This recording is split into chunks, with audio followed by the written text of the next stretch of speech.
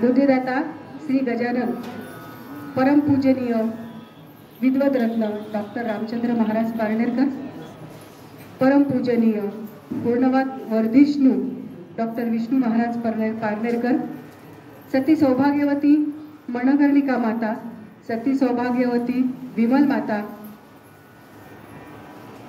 मातृपितृ मंदिरातील अधिष्ठात्री देवता श्रीकृष्ण यांना नतमस्तक होते। आणि आज असं खूप म्हणजे जो दादांनी आम्हाला मातृधर्म पुरस्कार जो हा नारी फोरमला करायला सांगितला होता आणि त्याचं जे स्वरूप आहे सांगितलं आणि त्यावेळेसपासूनचे आतापर्यंत जे आम्ही जो प्रयत्न केला, मी तर असं म्हणेन की तिकडनं म्हणजे असं खूप कमी असा वेळ आम्हाला या ठिकाणी मिळाला, पण त्याच्यामध्ये अनुभव असा आला की मनकर्णिके मातेने आमच्याकडनं हे काम किती सहजगत्या करून घेतलं। त्याचा अनुभव आम्ही प्रत्येक क्षणाला आम्ही अनुभवत होतो। खरं आपण काहीच करत नसतो, आपल्याला वाटतं की आपण हे करतो, पण करणारे जे असतात आणि करवून घेणारे दादांनी सांगितलं। आणि हा जो खानदेश हा जो विभाग आहे हा हृदयाचा भाग आहे। हृदय जे आहे ज्याला म्हणतात की हे हृदय आहे, विष्णू महाराजांचं हृदय असणार आहे क्षेत्र आहे अंमळनेर। आणि ह्यामध्ये ज्यावेळेस आम्ही या ठिकाणी आलो, आमचं पण पहिलीच म्हणजे खरं तर हा नारी फोरमचा हा पहिलाच जे गोकुळाष्टमीचा जो उत्सव आहे हा पण आणि मातृधर्म पुरस्कार तर आमचा हा दुसरा आहे, पण हा जो या ठिकाणी येऊन आम्हाला जो आम्ही कार्यक्रम घेतला हा आमचा पहिलाच अनुभव आहे। पण इथं आल्यानंतर प्रत्येक जी गोष्ट जी सहजता असते ते सहज आम्ही या ठिकाणी अनुभवलं की अरे आपण करत नसतो, हा आम्हाला प्रत्येक वेळेस या ठिकाणी अनुभव आला। आपण करतोय पण करून घेणारे ते आहेत आणि त्यांनी आमचे प्रश्न एक एक असे म्हणजे उकळून दिले। इतका मोठा प्रश्न आम्हाला या ठिकाणी होता की आपलं फक्त राहण्याची व्यवस्था आम्हाला तळमळ होती की आम्हाला सगळ्यांना छानपैकी आपण जे काही येतील त्यांची सोय आमच्याकडनं चांगली व्हावी असं खूप मनोमन वाटत होतं।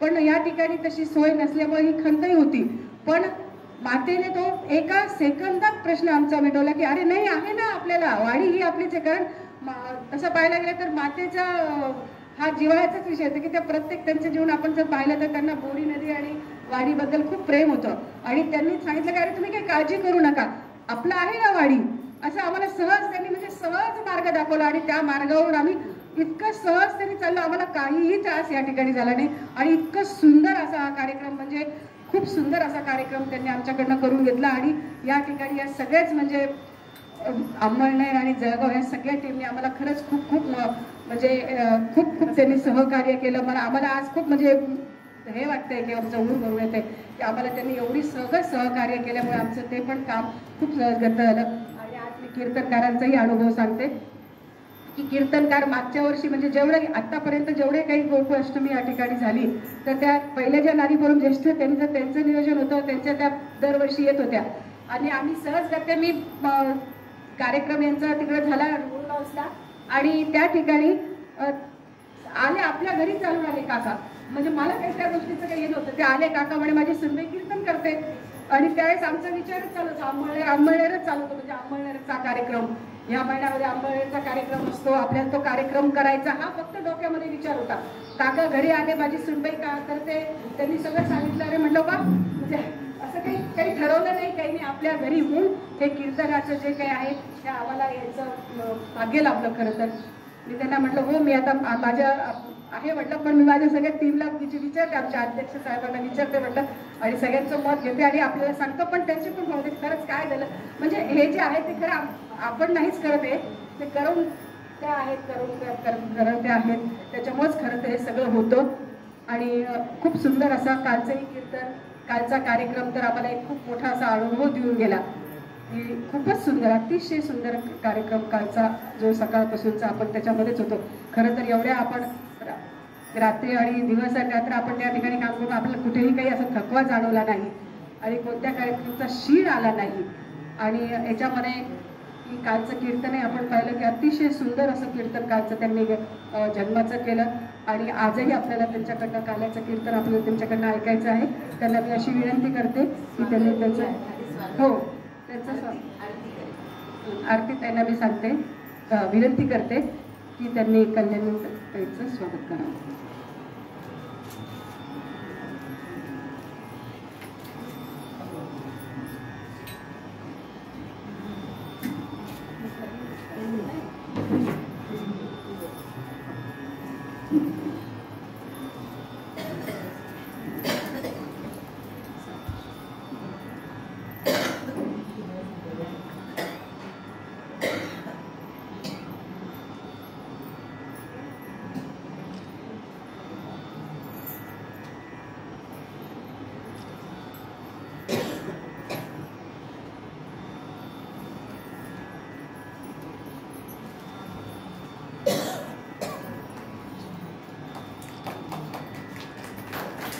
सद्गुरुनाथ रामचंद्र महाराज की जय. श्री सद्गुरुनाथ विष्णु महाराज की जय. श्री गुरुदेव दत्त मंगलमूर्ती मोर्या पूर्णवाद की जय. सौभाग्यवती कल्याणीताईंना अशी विनंती करते की त्यांनी काल्याच्या कीर्तनास सुरुवात करा.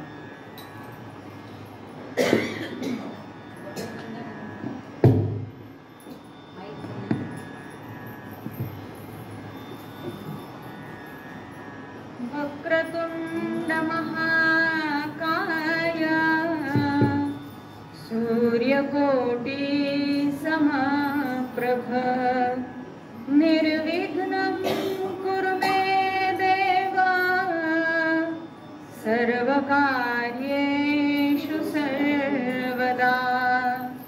गुरुर्ब्रह्मा गुरुर्विष्णु गुरुर्देवो महेश्वरः गुरु साक्षात् परब्रह्म तस्मै श्री गुरवे नमः.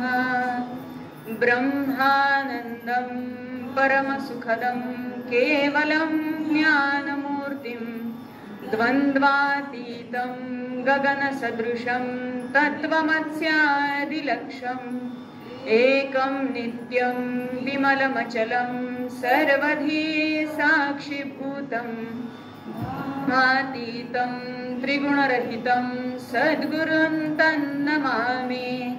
काषाय वस्त्रं करदण्डधारिणं कमण्डलुं पद्मकरेण शङ्खं चक्रं गदाभूषितभूषणाढ्यम् श्रीपादराजं शरणं प्रपद्ये. अवधूतचिंतन श्री गुरुदेव दत्त. ज्या ज्या स्थळी हे मन जाय माझे त्या त्या स्थळी हे निज रूप तुझे. मी ठेवितो मस्तक ज्या ठिकाणी तेथे तुझे सद्गुरु पाय दोन्ही. अवधूत चिंतन श्री गुरुदेव दत्त. गोपाल कृष्ण भगवान की जय. माझे सद्गुरु श्री दत्त महाराज कुलकर्णी यांना प्रणाम करते. संत कवी संत श्रेष्ठ श्री दासगणू महाराज यांच्या चरणी नतमस्तक होते. माझे आजोबा कैलासवासी हरिभक्त परायण श्री तुकाराम व अजयगावकर यांना विनम्र अभिवादन करते.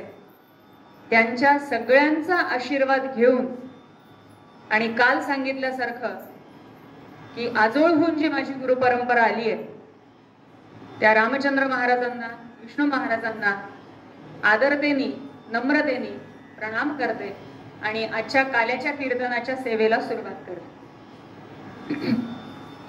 रामदास माया माझी रामदास माया माझी पतित पावना. सज्जन गडी वस्ती तुझी सज्जन गडी वस्ती तुझी लाज राखी येऊन माझी, लाज राखी येऊन माझी, हे कृपाघना रामदास माय माझी, रामदास माय माझी, दीनदास दास गणू, दीनदास दास गणू, करितास चुकवी त्रास, करितास चुकवी त्रास, यमयातना रामदास माय माझी, रामदास माय माझी, कुंडलिक वरदा हरी विठ्ठल, सद्गुरु ज्ञानेश्वर तुकाराम महाराज की जय, सद्गुरु दासगणो महाराज की जय, सद्गुरु रामदास स्वामी महाराज की जय, सद्गुरु अप्पा महाराज की जय, सद्गुरु सखाराम महाराज की जय, जय जय रघुवीर समर्थ। रहम नजर करो अब मोरे साई, तुम नहीं मोहे माँ बाप भाई, रहम नजर करो राम, मैं अंधा हूँ बंदा तुम्हारा, मैं अंधा हूँ बंदा तुम्हारा, मैं ना जानू अल्लाह इलाही, रहम नजर करो राम, खाली जमाना मैंने गवाया, खाली जमाना मैंने गवाया,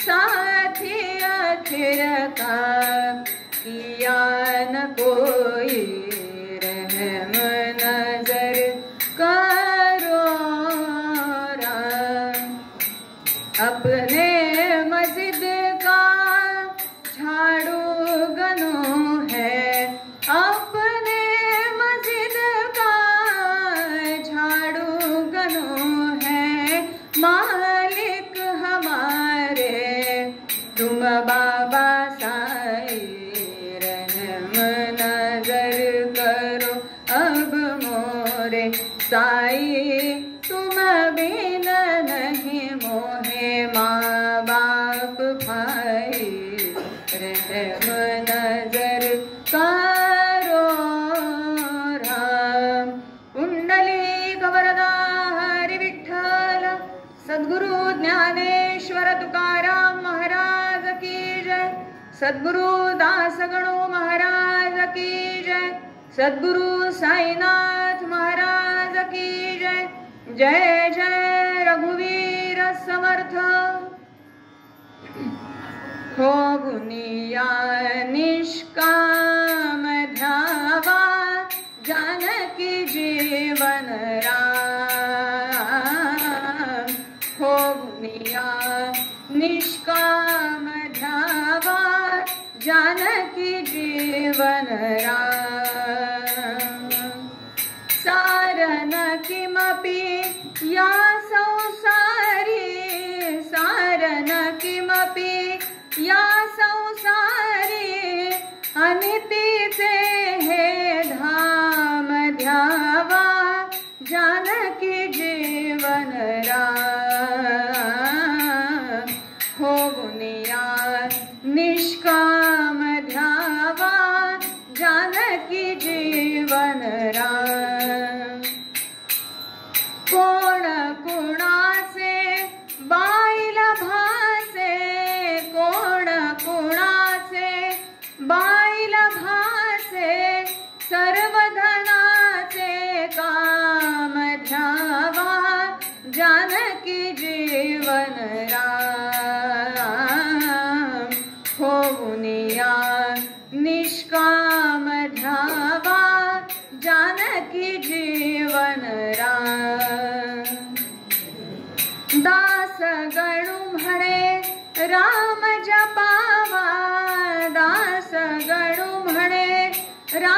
जपावा देईल तोची आराम ध्यावा जानकी जीवन राम होऊनिया निष्काम ध्यावा जानकी जीवन राम कुंडली गवरदा हरी विठ्ठल सद्गुरु ज्ञानेश्वर तुकाराम महाराज की जय सद्गुरु दासगणु महाराज की जय जय जय रघुवीर समर्थ।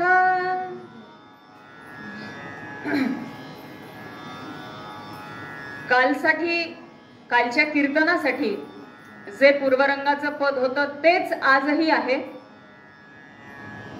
सगळ्यांच्या मनामध्ये शंका असेल की तेच का बरं आज? जी निष्काम भक्ती आहे काल जी सांगितली त्याचाच आज काला करायचा आहे म्हणून तेच पद। आणि आमचे दासगणू महाराज सांगायचे की खरं तर काल्याच्या कीर्तनाला पूर्वरंग नसतो, पण असं आहे की हे समाज प्रबोधन आहे। ही जी गादी महाराजांनी दिली आहे तिथे उभं राहून समाजाच्या कल्याणाच्या 4 गोष्टी सांगाव्या असं अपेक्षित आहे। आणि मग ते सांगायला काहीतरी एक पूर्वपीठिका हवी म्हणून थोडक्यामध्ये पूर्वरंग घेतात। मग निष्काम कर्म कसं असावं त्याचा अनुभव आज आल्यानंतर कळलं की आज पेटी तबला काहीही नाही, ताई कीर्तन करा निष्काम। तुम्ही कालच सांगितलं निष्काम भक्ती करायची भगवंताची। मग मला पेटी असेल का, तबला असेल का, काही एक मध्ये लागेल का, त्याचा आवाज मला येईल का, त्याच्यासाठी माईक असेल का? नको, निष्काम भक्ती करायची भगवंताची। म्हणजे देवाने इथल्या इथे प्रचिती दिली। महाराज म्हणाले करून दाखव, करून दाखवते, त्यांची आज्ञा आहे, त्याचं पालन व्हायला हवं। कुठेतरी स्वतःलाही तपासणं होईल कदाचित यातून, कारण थोडस कौतुक म्हणूनही वाटतंय आणि अभिमान म्हणूनही आहे की माझ्या आजोबांबद्दल अशी प्रसिद्ध होती अशा आख्यायिका बऱ्याच की ते वेळेचे फार पक्के होते। आणि हा अनुभव मी माझ्या आजीकडून ऐकलाय, त्यामुळे कोणीतरी सांगितला विषयच नाही। आणि ती आजी आजही माझी आहे, 104 रनिंग सध्या आहे।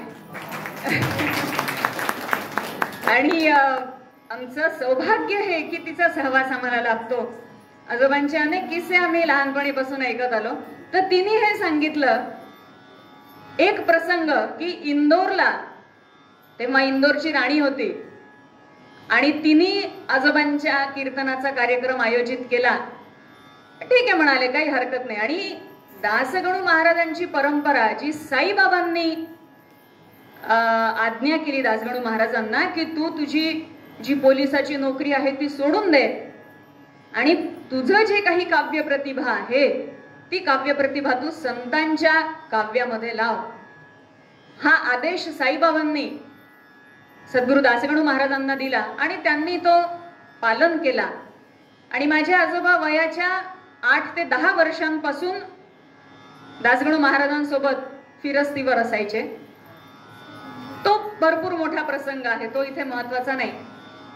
तर त्यामुळे दासगणू महाराजांनी अर्थातच साईबाबांनी जी काही नियमावली लावून दिली की ही जी कीर्तन परंपरा आहे ही रामदासी कीर्तन परंपरा आहे, यामध्ये तुम्ही उभं राहूनच भगवंताचं गुणगान जे आहे ते करायचं आहे। त्यासाठी साईबाबांनी पोशाख सुद्धा ठरवला। त्याबद्दल एक किस्सा सुद्धा आमच्या दासगणू परिवारात सांगितला जातो की पहिलं कीर्तन होतं दासगणू महाराजांचं साईबाबांसमक्ष त्यांनी सादर करायचं ठरवलं। छान भरजरी वस्त्र वगैरे त्यांनी धारण केले, अगदी असं उपर्ण वगैरे घेतलं, अंगावरती पगडी घातली, छान गळ्यात मोत्यांच्या माळा वगैरे, आणि निघाले कीर्तनाला। साईबाबांना नमस्कार केला। साईबाबांनी विचारलं कुठे लग्न समारंभात चाललायस का? म्हणे नाही बाबा, मी कीर्तनाला उभा राहतोय। अरे मग तसं वाटू दे ना, म्हणे तू कीर्तनाला उभा राहतोयस ते असं वाटतोय तू लग्न समारंभाला चाललायस। कीर्तन म्हणजे जर भगवंताचं नामस्मरण आहे, त्याच्यासाठी हे सगळं कशाला म्हणे, काढ म्हणे आधी ते सगळं. त्यांनी तो सगळा पोशाख उतरवला, पांढरं धोतर नेसलं, अंगावरती फक्त पांढरा पंचा नेसला आणि कीर्तनाला उभे राहिले. आणि ती जी कीर्तन परंपरा आहे, आज सुद्धा आमचे दासगणू परिवारातले जेवढे काही कीर्तनकार आहेत ते सगळेजण ती कीर्तन परंपरा पाळतात, त्याच वेशभूषेमध्ये कीर्तनाला उभे राहतात. तर सांगत मी असं होते की या सगळ्या नियमावलीत लहानाचे मोठे झालेले माझे आजोबा वेळेचे पक्के, त्यांची जी काही वेळ ठरलेली असेल, संध्याकाळची 4ची असेल 5ची असेल, ती वेळ ठरवली आणि आजोबा त्या वेळेला जाऊन उभा राहिले. पेटीवाला नाही, तबलेवाला नाही, माईक सिस्टीम नाही, प्रेक्षक नाहीत. आज माझं भाग्य थोर आहे की तेवढी आहे इथे सगळी उपलब्धता. जी वेळ ठरली होती त्या वेळेला भगवंताची आळवणी केली आणि रामदास माय माझी टाळ त्यांनी वाजवायला सुरुवात केली आणि पदाला चालू केलं. माईक नव्हता, पहाडी आवाज त्यांचा. तो आवाज ऐकून सगळे गोळा झाले, पेटीवाला, तबलावाला, बाकी कोण साथीदार असतील, प्रेक्षक वगैरे सगळे सगळे सगळे. कीर्तन पार पडलं. कीर्तन झाल्यानंतर राणी सरकार एवढंच म्हणल्यामुळे, बुवा काही चुकलं का आमच्याकडून? नाही, तुमचं काहीच नाही चुकलं. नाही, तुम्ही आधी सुरुवात केली सगळे यायच्या आधी. म्हणे मायबाई वेळ काय ठरली होती, जी काही असेल 4 वाजताची 5 वाजताची. माझा पांडुरंग येतो म्हणे कीर्तन ऐकायला, आणि त्यावेळेला जर मी सुरुवात केली नाही ना तर तो रुसून निघून जाईल. मग मी कोणासाठी कीर्तन करू? मी त्याला सांगितलं होतं ना तू या वेळेला ये, तो आला. मग जर मी सुरुवात केली नाही तर तो रुसून निघून जाईल. सांगायचा मुद्दा हा की कदाचित आजोबांनी आता अशी सूचना केली आहे की तू पण करून बघ काय होतं ते. असो, तो विषय वेगळा आहे.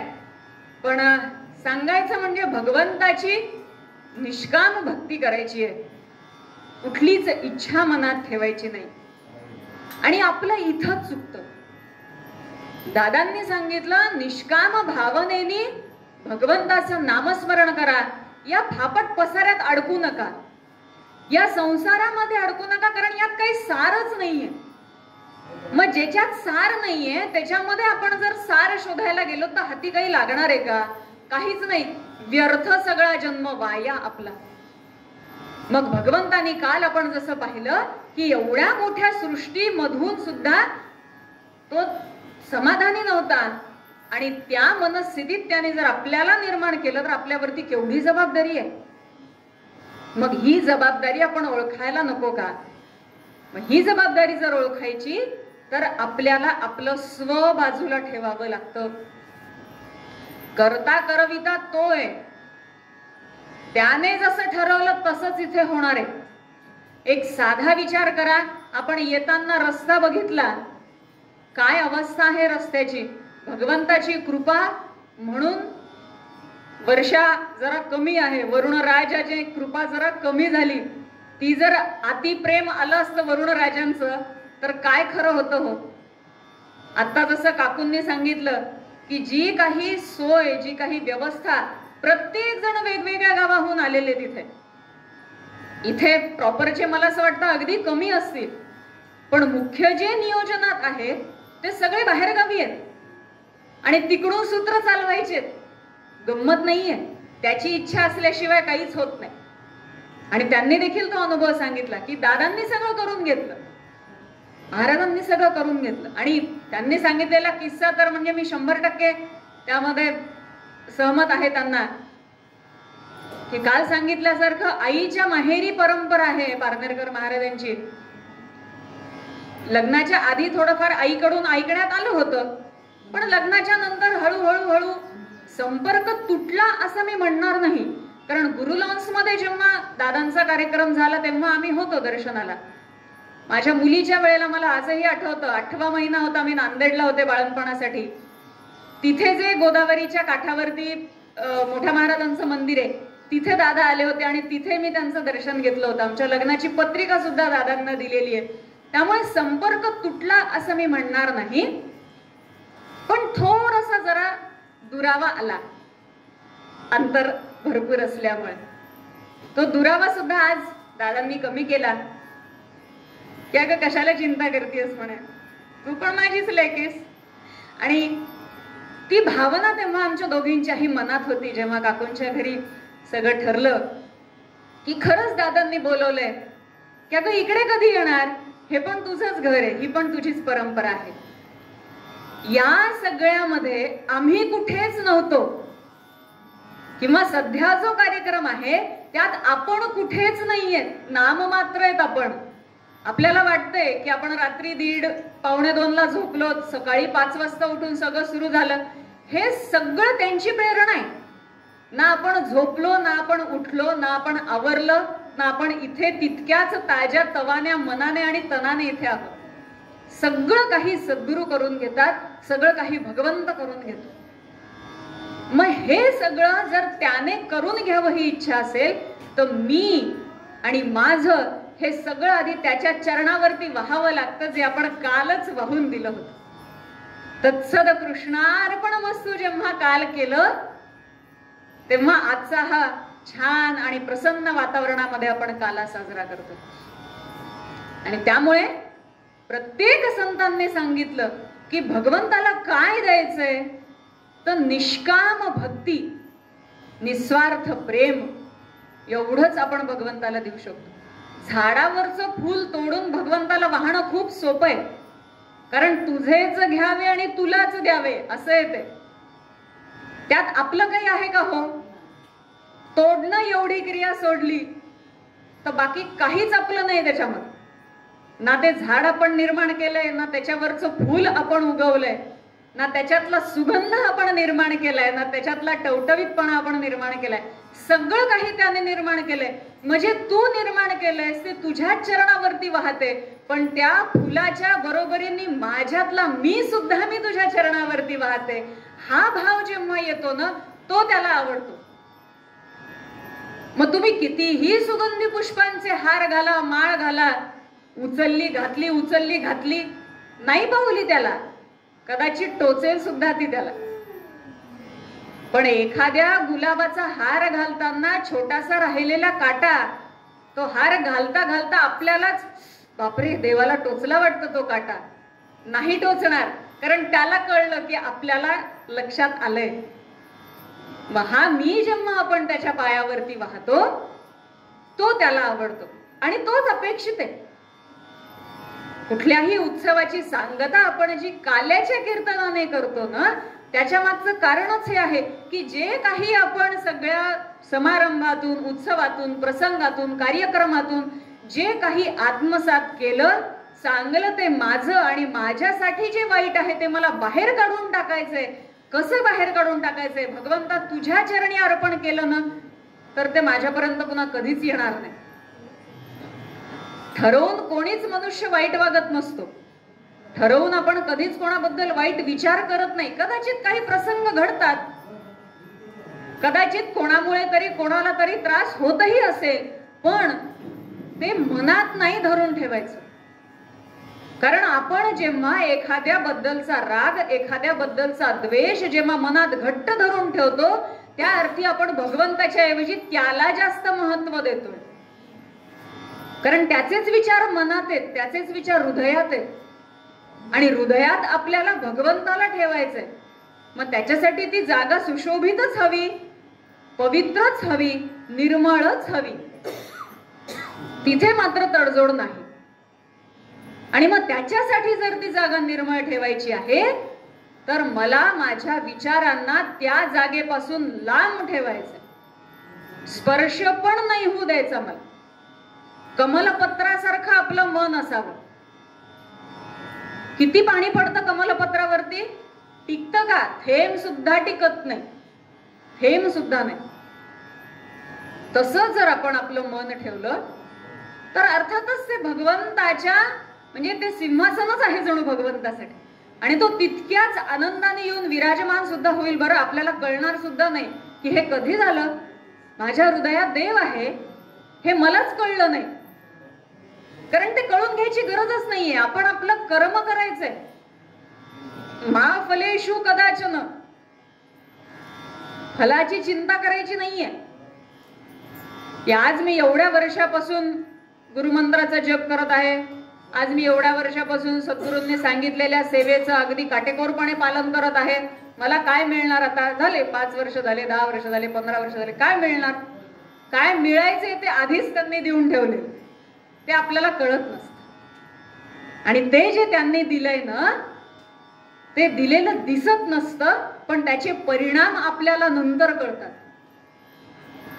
जेव्हा भोग भोगण्यासाठीच हे शरीर थकतं, तेव्हा मनामध्ये जी काही भगवंताबद्दलची ओढ, भगवंताबद्दलचं प्रेम जे निर्माण होतं ना, ते त्यांच्या कृपेने निर्माण झालेलं असतं. आणि म्हणून सगळा पुढचा काळ जो आहे तो सुकर होतो. तसं बालपण सगळं खेळण्यामध्ये जातं, तेव्हा काही कळत नाही, सगळं खेळण्यात घालवतो आपण. काय जप करायचंय, काय रामरक्षा म्हणायची आहे, काय हे करायचंय, काय ते करायचंय. आई रागवते, आजी रागवते, आजोबा रागवतात, अरे बस रे बाबा, रामरक्षा कर, शुभंकर होती म्हण. मुलं कंटाळा करतात, कारण लहान आहेत ते, त्यांना कळत नाही, त्यांच्यावर संस्कार करावे लागतात. पण नंतर जेव्हा आपण तारुण्यात येतो, आणि तोच मुख्य सगळा काळ आहे की जेव्हा आपल्याला आपल्या इंद्रियांवरती ताबा मिळवायचा आहे. कारण या सगळ्या पंच ज्ञानेंद्रिय, पंच कर्मेंद्रियांच्या पलीकडे तो आहे. आणि ह्या सगळ्यांना पार करून जर त्याच्यापर्यंत जायचंय, तर त्याच्यासाठी त्याच्याच नामाची साथ आहे आपल्याला, बाकी काही नाहीये. आणि हे तेव्हा कळलं तर ठीक आहे, नाहीतर जेव्हा हात पाय थकले, डोळ्याला दिसत नाही, कानांना ऐकू येत नाही, आणि मग अशा अवस्थेत आता मी हरी हरी हरी करतो, उपयोग नाही. तेव्हा ते हरी हरी होते, कोण आलंय घरी याच्याकडे सगळं लक्ष असतं. इकडून कोण आलं, तिकडून कोण आलं, सुनबाईनी यांना काय दिलं, मुलांनी त्यांना काय दिलं, नातवंड कुठे गेले, हातात फक्त माळ असते, लक्ष सगळं तिकडं असतं. काय उपयोग आहे? आणि तेही सगळं गलित गात्र झाल्यानंतर, म्हणजे भगवंताने ज्याच्यासाठी देह दिलाय ते राहिलो बाजूला. आणि त्या झाडावरच सुकलेलं, काळवंडलेलं आपलं फूल कसं तरी तोडायचं, देवाला वाहायचं, कसं झालं ते? हे सगळं काही संपलं आता, आणि आता वाहतो. आता वाहून काय उपयोग आहे? तो नाही म्हणत नाही हो, तो खूप कृपाळू आहे, खूप प्रेमळ आहे, तो नाही म्हणत नाही. पण आपलं कर्तव्य काय आहे ते आपण ओळखायला हवं. आणि म्हणून होण्या निष्काम ध्यावा जानकी जीवनराम, त्यासाठी की अरे ह्या सगळ्या गोष्टींमध्ये अडकून पडू नका, फक्त नामस्मरण करा.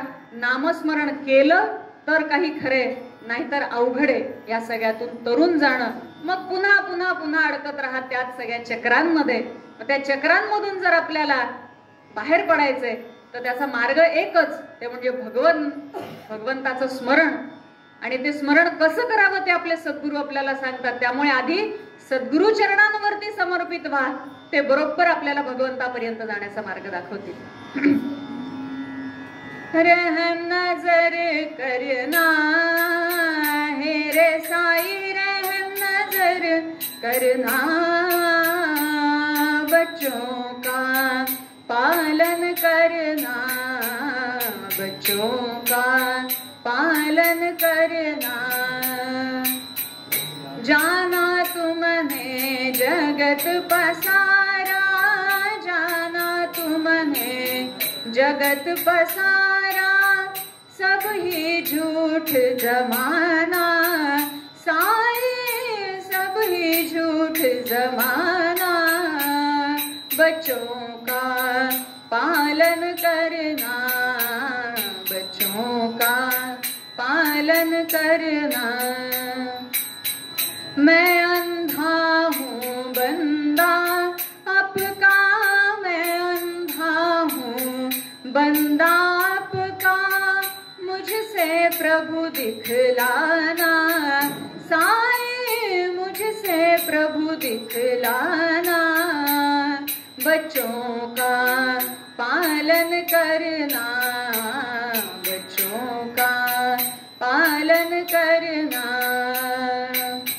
दास गनु कहे अब क्या बोलूं, दास गनु कहे अब क्या बोलूं, थक गई मेरी रसना, साए थक गई मेरी रसना. बच्चों का पालन करना,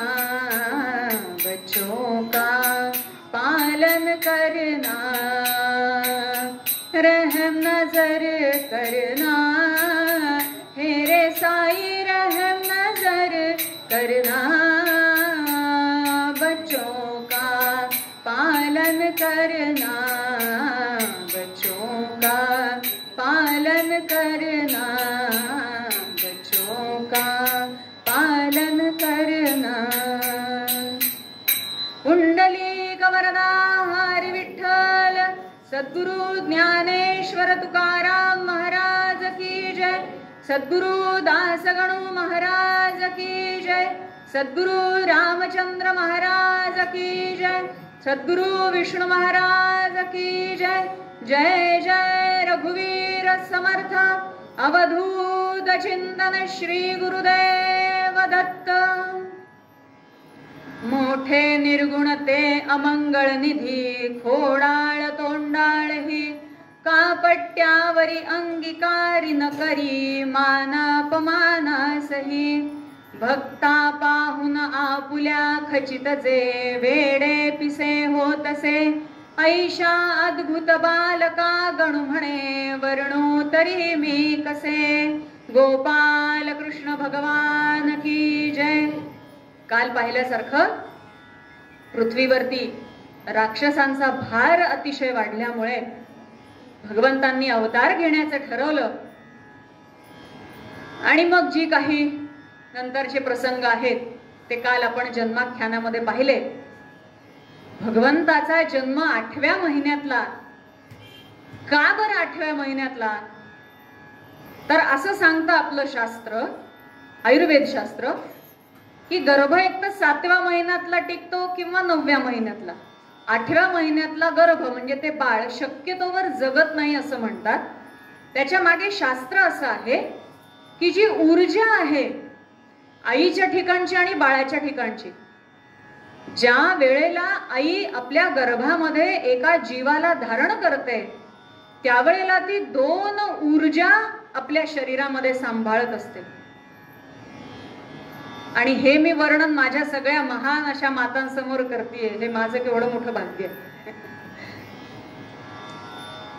आणि या परिस्थितीमध्ये जी काही ऊर्जा आहे ती ऊर्जा 8व्या महिन्यामध्ये कमी अधिक प्रमाणात असते। कधी ती बाळाच्या ठिकाणी जास्त असते, कधी ती आईच्या ठिकाणी जास्त असते। त्यामुळे जे जुन्या काळच्या बायका आहेत, म्हणजे मी माझ्या आजीचा अनुभव घेतलाय म्हणून मी जुन्या काळच्या बायका म्हणते, की त्या 7व्या महिन्यापर्यंत सगळे कष्टाची कामं करायला लावायच्या, की सगळे कामं करायचे बायकांनी। तेव्हा काही बेड रेस्ट हा प्रकार नव्हता।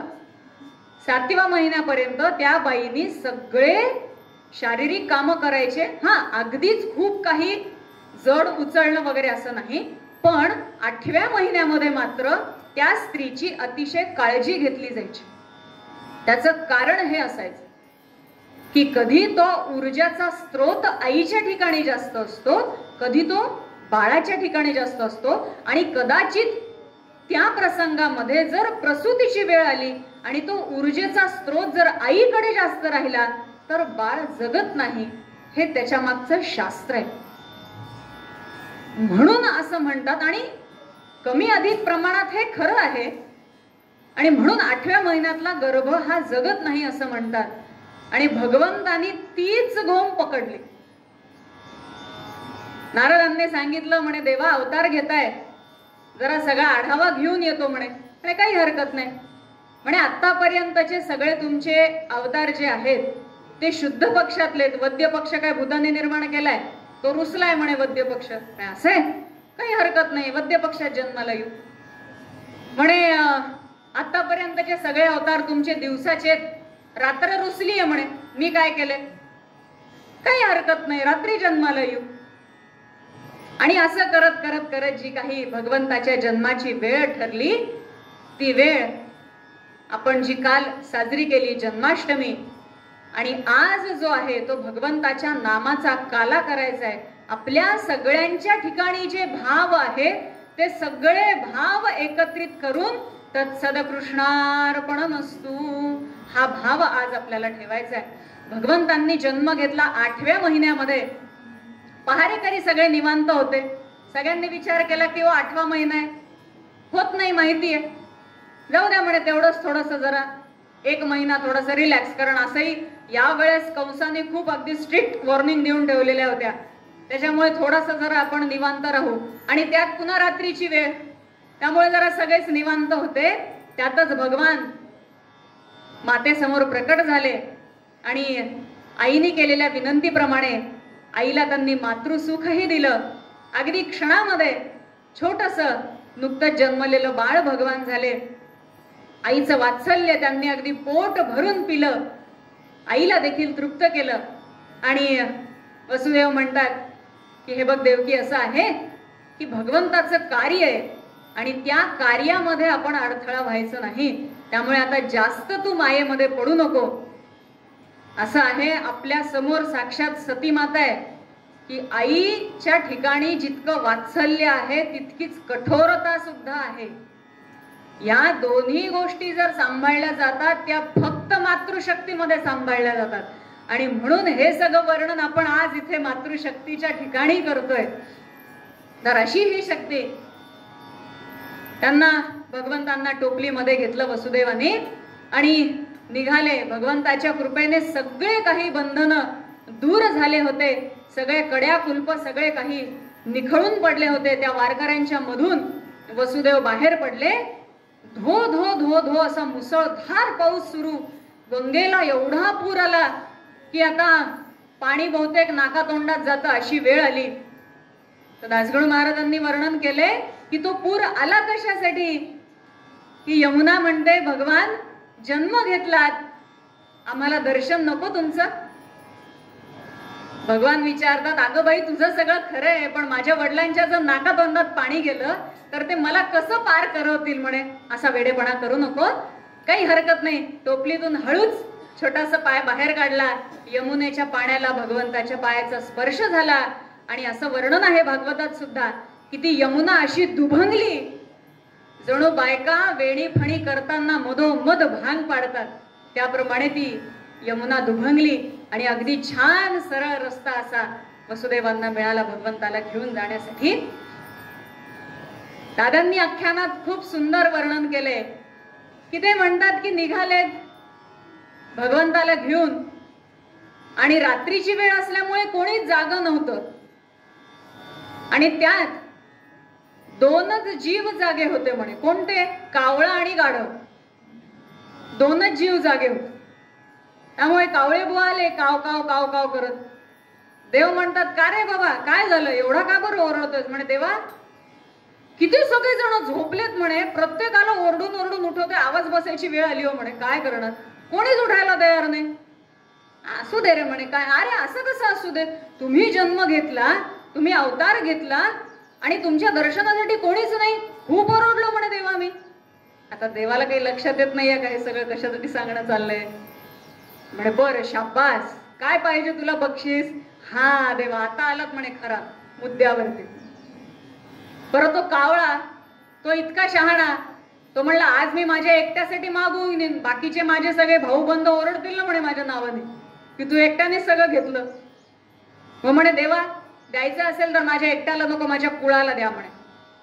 पण ठीक आहे म्हणे, काही हरकत नाही, मी तुझ्या कुळाला असं वरदान देतो की जोपर्यंत तुमचा स्पर्श पिंडाला होणार नाही तोपर्यंत तो जीव माझ्या चरणापर्यंत येऊ शकणार नाही. गोपाल कृष्ण भगवान की जय.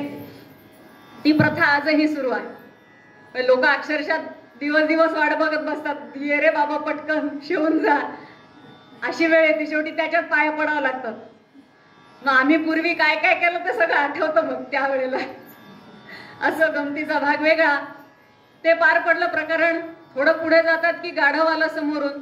काय रे गाढवा, रस्त्यातच म्हणे अगदी नावाला जागलास, काय झालं म्हणे. म्हणे देवा तो तरी नुसता ओरडला, मी तर डबल ड्युटी केली. काय केलं म्हणे, मी ओरडलं सुद्धा आणि मागच्या पायांनी लाथा पण मारल्या म्हणे दारांना, कोणीच दार उघडलं नाही. कळलं, सगळं कळलं. काय हवंय तुला बक्षीस? आता गाढव मोठा शहाणा, म्हणजे कुळाचं बिळाचं कोणी सांगितलंय म्हणे, पुढचं पुढे काय माहिती, मी काम करावं आणि बाकीच्यांना सगळ्यांना मिळावं, कारण तो गाढव होता. तो म्हणला देवा जे द्यायचं ते मला एकट्यालाच द्या म्हणे, मला बाकीच्यांचं काय माहित नाही. बरं म्हणे असं आहे का, ठीक आहे, भगवंतांनी वरदान केलं की जेव्हा सगळ्या गोकुळाची एकत्रितपणे पूजा होईल त्यावेळेला तुझी पूजा झाल्याशिवाय ती पूजा अपूर्ण राहील. गोपाल कृष्ण भगवान की जय. आजही आपल्या घरोघरी जे मातीचं गोकुळ आपण बनवतो त्यामध्ये एक मातीचं गाढव सुद्धा बनवावं लागतं. असं त्या संपूर्ण गोकुळ बनवण्यामागचं शास्त्र आहे असं माझ्या सासूबाईंनी सांगितलं. तेव्हा ते करावं लागतं बरं का. ते का करावं लागतं ते आख्यानाचा अभ्यास करताना कळलं. आमचे आप्पा वरानंद भारती गमती गमतीत सांगायचे की म्हणे नशीब भगवंतांनी सजीव हा शब्द वापरला नाही, नाही तर पंचायत झाली असती. म्हणे दारोदारी शोधत फिरावं लागला असतं. चल बाबा पूजा घालायची आहे. असं गमतीचा भाग वेगळा. तर याप्रमाणे सगळं पार पडलं. सगळ्यांच्या ज्या काही इच्छा होत्या भगवंतांनी पूर्ण केल्या, कारण वचनच दिलं होतं की जो पण येईल त्याचा मी उद्धार करेन. नारदाला वचन दिलं होतं त्याप्रमाणे सगळं काही पार पडलं आणि वसुदेव भगवंताला घेऊन गोकुळामध्ये प्रवेश करते झाले. तिथे आल्याबरोबर त्यांनी असं पाहिलं की यशोदेपाशी ती नुकतीच प्रसूत झालेली दिसतीये आणि तिच्या जवळ एक छोटस तान्हं बाळ आहे. पण ते बाळ हालचालही करत नाहीये, रडतही नाहीये. त्यांना वाटलं कदाचित आपण जे आत्ता शास्त्रांबद्दल चर्चा केली तसं काही असावं, कदाचित ते बाळ नसेल. आता त्यांनी विचार केला चला बरं झालं, कुठल्या तरी जीवाला त्या दुष्ट कंसाच्या हाती देण्यापेक्षा आधीच जे भगवंताकडे गेलेले त्यालाच घेऊन जाऊ. त्यांनी आपलं हळूच आपल्या टोपलीतला कृष्ण यशोदेपाशी ठेवला. यशोदेजवळचे बाळ आपल्या टोपलीत घेतलं आणि झपाझप पावलं टाकत ते पुन्हा तुरुंगाकडे निघाले. तुरुंगामध्ये परत आले. आल्यानंतर पुन्हा भगवंताच्या लीलेने सगळे पुन्हा कड्या कुलप वगैरे सगळे पुन्हा लागले. यांच्या पायातही बेड्या तशाच पुन्हा निर्माण झाल्या. ते पाहिलं देवकीने. देवकी म्हणते अहो आपल्या बाळाला तुम्ही तिथं ठेवलं इथपर्यंत ठीक आहे, लोकांचं बाळ का बरं आणलं तो म्हणे. केवढं मोठं पाप घडेल म्हणे आज आपल्या हातून. अहो आपले पोटची लेकरं गेली ते मी सहन केलं, पण हे दुसऱ्या कोणाच्या तरी पोटचं लेकरू ह्याला संपवण्याचा अधिकार आपल्याला कोणी दिलाय. म्हणून ती आई रडायला लागली. वसुदेव म्हणतात काळजी करू नकोस म्हणे, हे बाळ हालचाल करत नाहीये, रडतही नाहीये, त्यामुळे कदाचित असं मला वाटतं की हे बाळ बहुतेक मेलेलं जन्माला आलेलं असावं. त्यामुळे आधी जे झालंय ते आता भगवंताची इच्छा असं म्हणून मी त्याला घेऊन आलो. बाकी माझा याच्या मागचा उद्देश काहीच नाही. काही हरकत नाही. तिने आपलं त्याच मायेने त्या लेकराला कुशीत घेतलं. असं झालं होतं. वर्णन असं आहे की गोठ्यामध्ये यशोदा वासराला बांधायला म्हणून गेली आणि त्यात वासराचा जो धक्का लागला तिच्या पोटाला त्यातच ती प्रसूत झाली आणि त्यामुळे ते जे बाळ होतं ते तसंच निश्चित पडलेलं होतं. आणि त्या बाळाला जेव्हा आईच्या मायेची ऊब लागली तेव्हा ठ्या करून त्यांनी जो तार सप्तक लावला त्या बाळाने. आमचे दासगणू महाराज आमचे वरदानंद भारती वर्णन करायचे की तो तार सप्तक ऐकला की वसुदेवांना खात्री पडली ही तर पोरगी आहे, कारण सगळीकडे आवाज आपला आहे, बाकीच्यांचा आवाज येत नसतो, सगळीकडे आवाज आमचा आहे. शक्ती आहे ती, शक्तीचा आवाज असा कमी असून कसा चालेल. वसुदेव आणि देवकी एकमेकांकडे बघायला लागले. अहो ही तर मुलगी आहे आणि ही जिवंत आहे. सगळ्यात महत्वाचं दोघांनी विचार केला आता पुढे काय. वसुदेव म्हणतात हे बघ म्हणे सगळी भगवंताची लीला आहे, जे काही आहे ते देव भगवान बघून घेतील, तू काही काळजी करू नको. तो आवाज ऐकला मात्र पहारेकरी पळतच गेले कंसाला बातमी द्यायला. महाराज महाराज महाराज बाळ झालं. कंस म्हणाला हा आठव्यातच हरकत नाही. हा आठवायनं झपाझप पावलं टाकत कंस तसाच गेला. तिच्या कुशीतून ते बाळ उचललं. ती ओरडती अरे दादा ऐक माझं ती मुलगी आहे. अगं मुलगा मुलगी हा भेद संपला म्हणे कधीच. आता 50% 70% आलंय, ते 100% कधी जाईल माहिती नाही म्हणे. मला मात्र जपून राहावं लागणार आहे. तू काही सांगू नको म्हणे मुलगा मुलगी काही नसतं. अरे दादा असं नको करूस. आणि मी आता म्हणल्यासारखं दुसऱ्यांचं लेकरू, ती जबाबदारी आहे. माझ्या पोटची तर मारलीच, आता हे दुसऱ्यांचं आहे. नको रे दादा, असं करू नको म्हणे म्हणेपर्यंत कंस निघाला आणि ठरल्याप्रमाणे त्यांनी गर गर गर गर हातात ती मुलगी घेतली, फिरवली आणि आता आपटणार तेवढ्यात ती जे सटकन सटकली हातातून आणि अवकाशात जाऊन कडाडून वीज चमकावी तसं ते तेज तिचं चमकलं. कोण होती ती? आदि माया, आदि शक्ती, भगवंताची जी शक्ती आहे ती तिथे कार्य करायला आलेली होती. आणि तिथून कंसाला तर काहीच कळायला मार्ग नाही, काहीतरी चमकून गेलं आणि ते इतकं प्रचंड होतं त्याचं तेज की डोळे त्याने गच्च मिटून घेतले आणि त्यात त्याच्या कानावरती आवाज आला, मेल्या, मरा काय मारतोयस, तुला मारणारा आधीच जन्माला आलाय आणि गोकुळात वाढतोय. गोपाल कृष्ण भगवान की जय. ते ऐकलं मात्र मटकन खाली बसला कंस. आता काय करायचं? एवढी सगळी योजना केली, एवढी सगळी काळजी घेतली, तरी जे व्हायचं ते झालंच. आता पुढे काय करायचं? ह्या काळजीमध्ये कंस असं इकडे गोकुळामध्ये सगळ्यांना लक्षात आलं, यशोदेला बाळ झालं, यशोदेला बाळ झालं. काय आनंद गोकुळामध्ये, वा वा वा वा, प्रत्येकाच्या चेहऱ्यावरती आनंद. अगं तुला कळलं का? अगं तुला कळलं का? काय हो, कळली का बातमी? प्रत्येकाच्या तोंडी एकच, यशोदेला बाळ झालं, यशोदेला बाळ झालं. गोकुळीच्या सुखांत पार नाही लेखा, अंत पार नाही लेखा, अंत पार नाही लेखा. बाळकृष्णानंदाधारी आनंदल्या नर नारी, आनंदल्या नर नारी, आनंदल्या नर नारी. गुढिया तोरणे करीती कथा गाती गाणे, करीती कथा गाती गाणे, करीती कथा गाती गाणे. तुका म्हणे छंदे मन मोहिले गोविंदे, मन मोहिले गोविंदे, मन मोहिले गोविंदे. गोपाल कृष्ण भगवान की जय. तुकाराम महाराजांनी वर्णन केले, काय त्या आनंदाचं वर्णन करावं. प्रत्येकाने आपापल्या घरावरती गुढ्या तोरण चढवले, सगळीकडे दिव्यांची आरास करण्यात आली, रांगोळी, सगळीकडे फुलांचा वर्षाव, सगळीकडे आनंदी आनंद. प्रत्येक जण जणू सण असल्यासारखा तयार होऊन त्या यशोदेच्या बाळाला बघण्यासाठी निघाला. आणि प्रत्येकाच्या मुखामध्ये एकच सुरू होतं, कृष्ण कृष्ण जय, कृष्ण कृष्ण जय, कृष्ण कृष्ण जय, कृष्ण कृष्ण जय, कृष्ण कृष्ण जय, कृष्ण कृष्ण जय, कृष्ण कृष्ण जय. गोपाल कृष्ण भगवान की जय. प्रत्येकाच्या मुखामध्ये भगवंताचं नाव, प्रत्येकाच्या डोळ्यासमोर भगवंताचं रूप, असं अक्षरशः मोहरून गेले होते गोकुळातले लोक सगळे. प्रत्येकाने काही ना काहीतरी कारण काढावं, यशोदेच्या घरी जावं, बाळाला बघावं, परत यावं. पुन्हा थोड्या वेळाने काहीतरी कारण काढावं, हा छंदच लागला जणू गोकुळातल्या लोकांना. आता इकडे काय झालं, कंस महाराजांना कळलं की मला मारणारा आधीच जन्माला आलाय असं कळलं. आकाशवाणी झाली. आता पुढे काय झालं, शिष्टमंडळ बोलवण्यात आलं आणि त्यामध्ये असा निर्णय घेतला की गर्भ जिरला तेव्हापासून ते काल जी काही घटना घडली त्यामध्ये साधारण 1 वर्षाचा कालावधी गेलेला आहे. रिस्क घेऊ शकत नाही, त्यामुळे असं फरमान काढण्यात आलं, सभेत मग ते धवा त्वरित घेतला निर्णय, नृपावरील वारण्या परम संकटाचे भय, मुले चिरून टाकणे सकल 1 वर्षातली, घरोघर फिरावया कुशलने म्हणे मंडळी.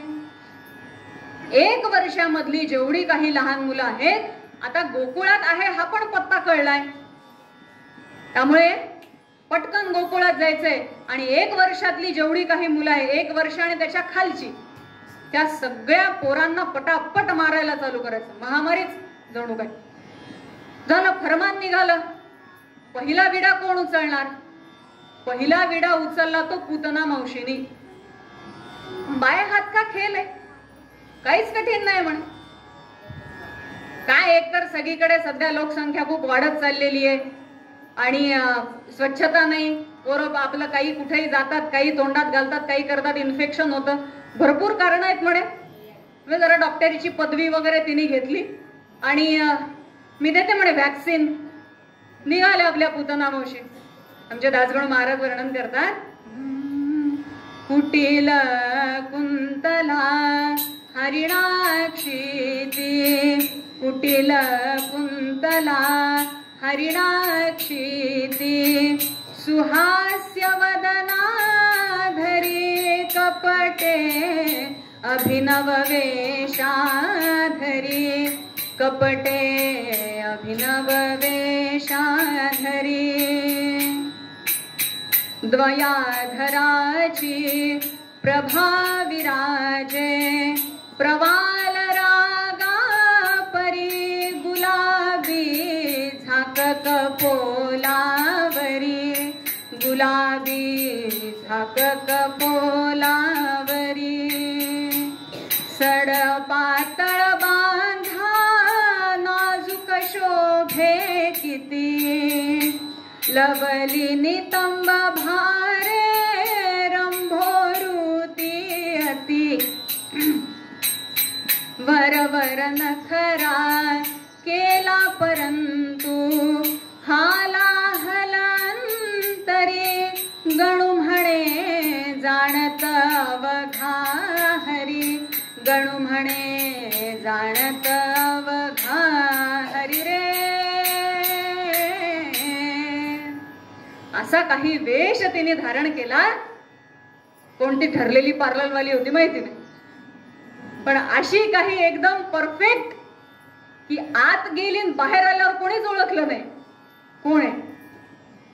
माझ्या पार्लरवालीचं वैशिष्ट्यच असं आहे म्हणत, कान एकदम चोख असतं तिचं. मकरंद बुवांचं भागवत ऐकत होते, मकरंद बुवा रामदासी पुण्याचे.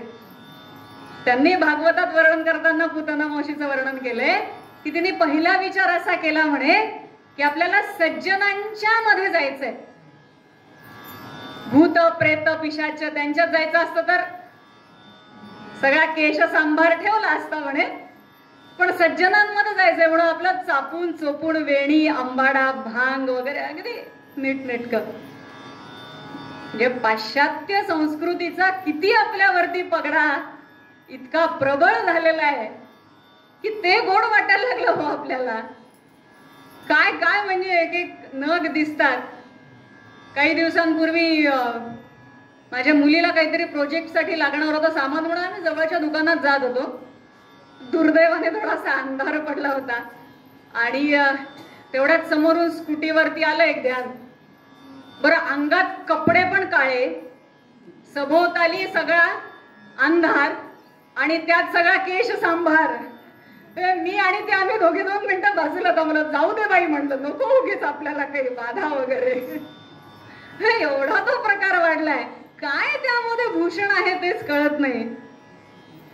खरं तर आपल्या शास्त्राने सांगितलंय की स्त्रियांचे केस जेव्हा मोकळे असतात तेव्हा त्यावरती पिशाच येऊन बसत, कारण त्याच्यासाठी ती आवडती जागा आहे. आणि म्हणून ती बांधण्याची सोय आपल्याकडे. करकचून आंबाडा बांधायचा, चापून चोपून केस ठेवायचे, तर ते खरं सौंदर्य हो. ह्याच्यात काय सौंदर्य आहे असो. तर अशी ती पूतना छानशी आपली अगदी मस्त तयार होऊन गेली, कोणालाच ओळखू येणार नाही, आणि गोकुळामध्ये प्रकट झाली. तिचं वैशिष्ट्य असं की तिने तिच्या स्तनांमध्ये विष भरून घेतलं होतं. गोकुळात लहान मूल आहे असं कळलं की घरात जावं, काहीतरी कारणाने लेकराला प्यायला घ्यावं आणि संपला विषय तिथंच.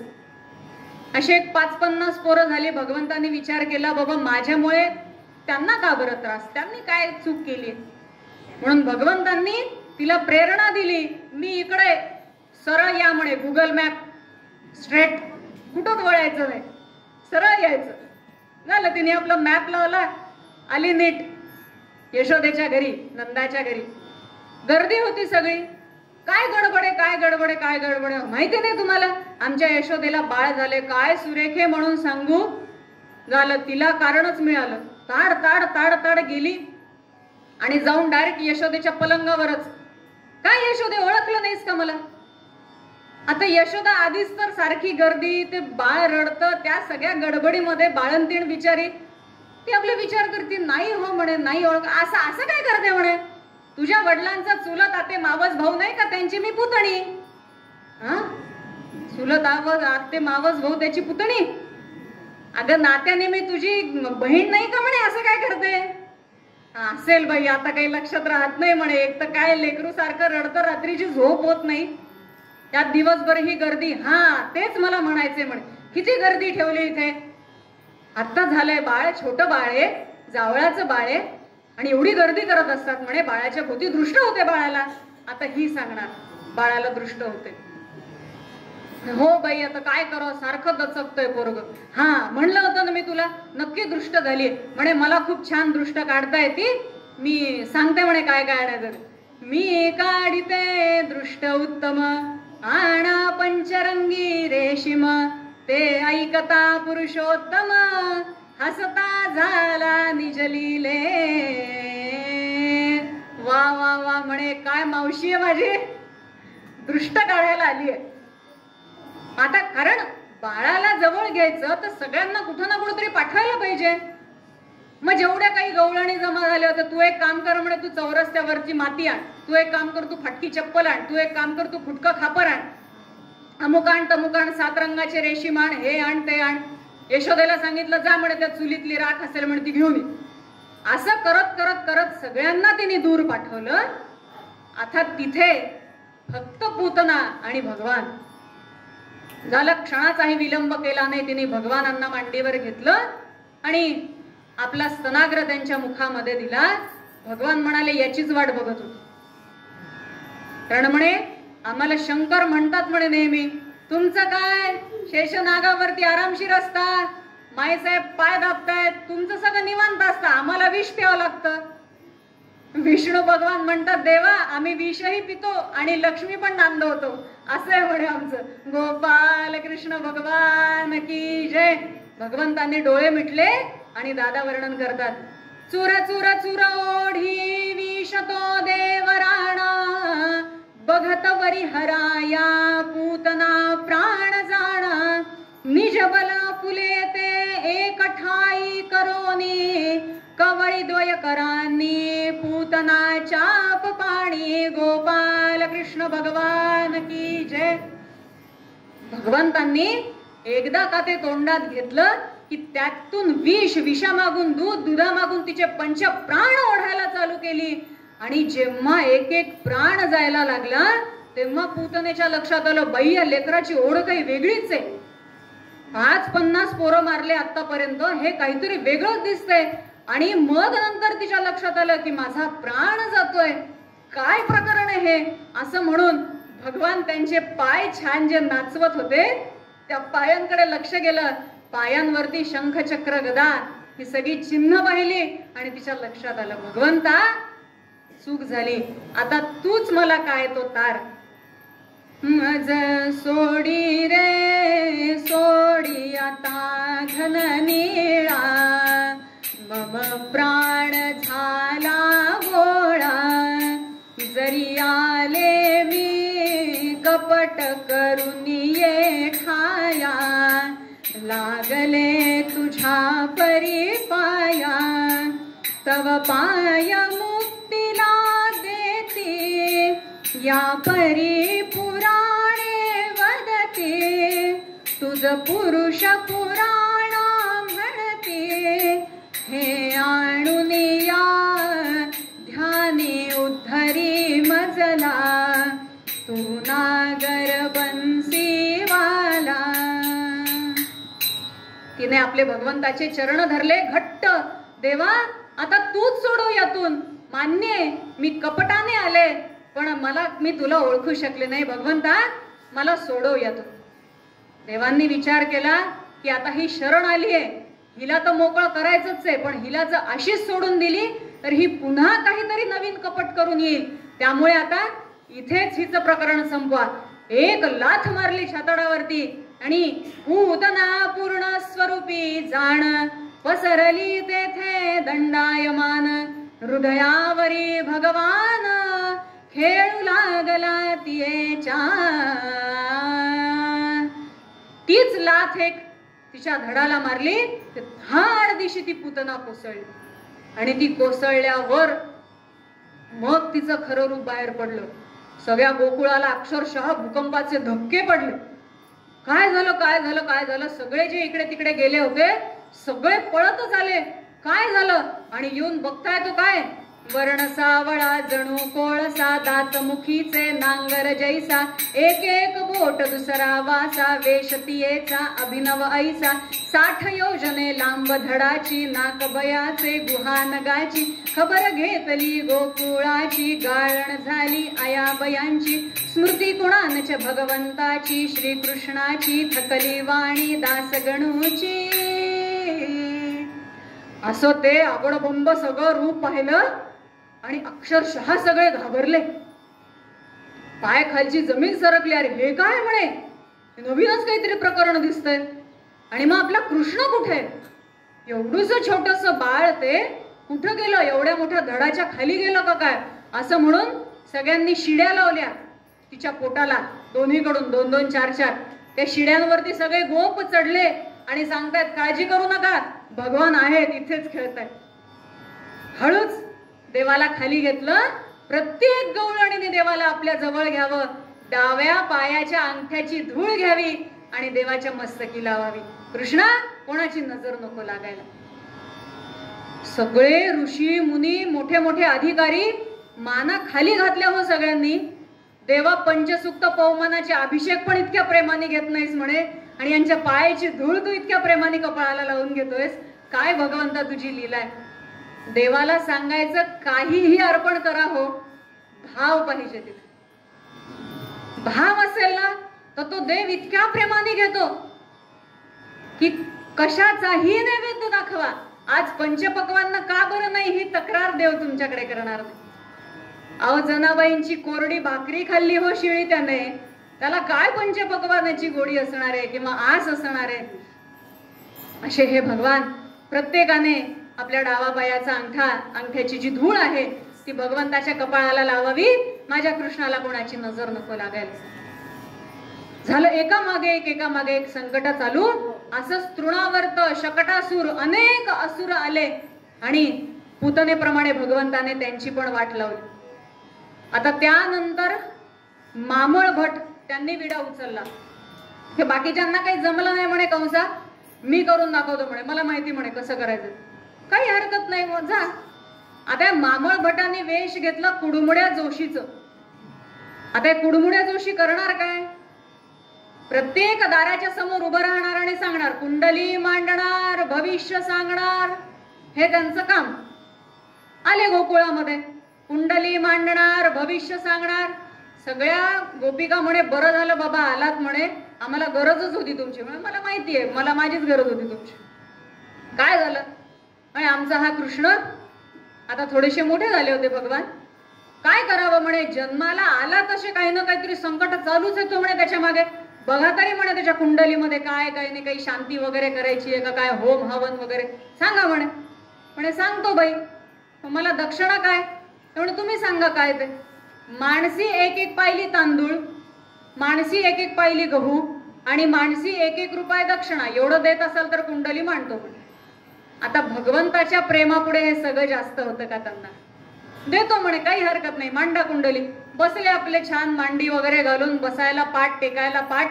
हे ढीगभर तांदूळ घेतले, त्याच्यावरती कुंडली मांडली आणि कुंडली मांडल्याबरोबर अशा कपाळावर आठ्या वगैरे आणल्या आणि सांगायला लागले, अष्टमी जन्मला म्हणून हा आहे मुळावर खराग, कारटे कशाचे झडकर याला मातीत नेऊन पुराग.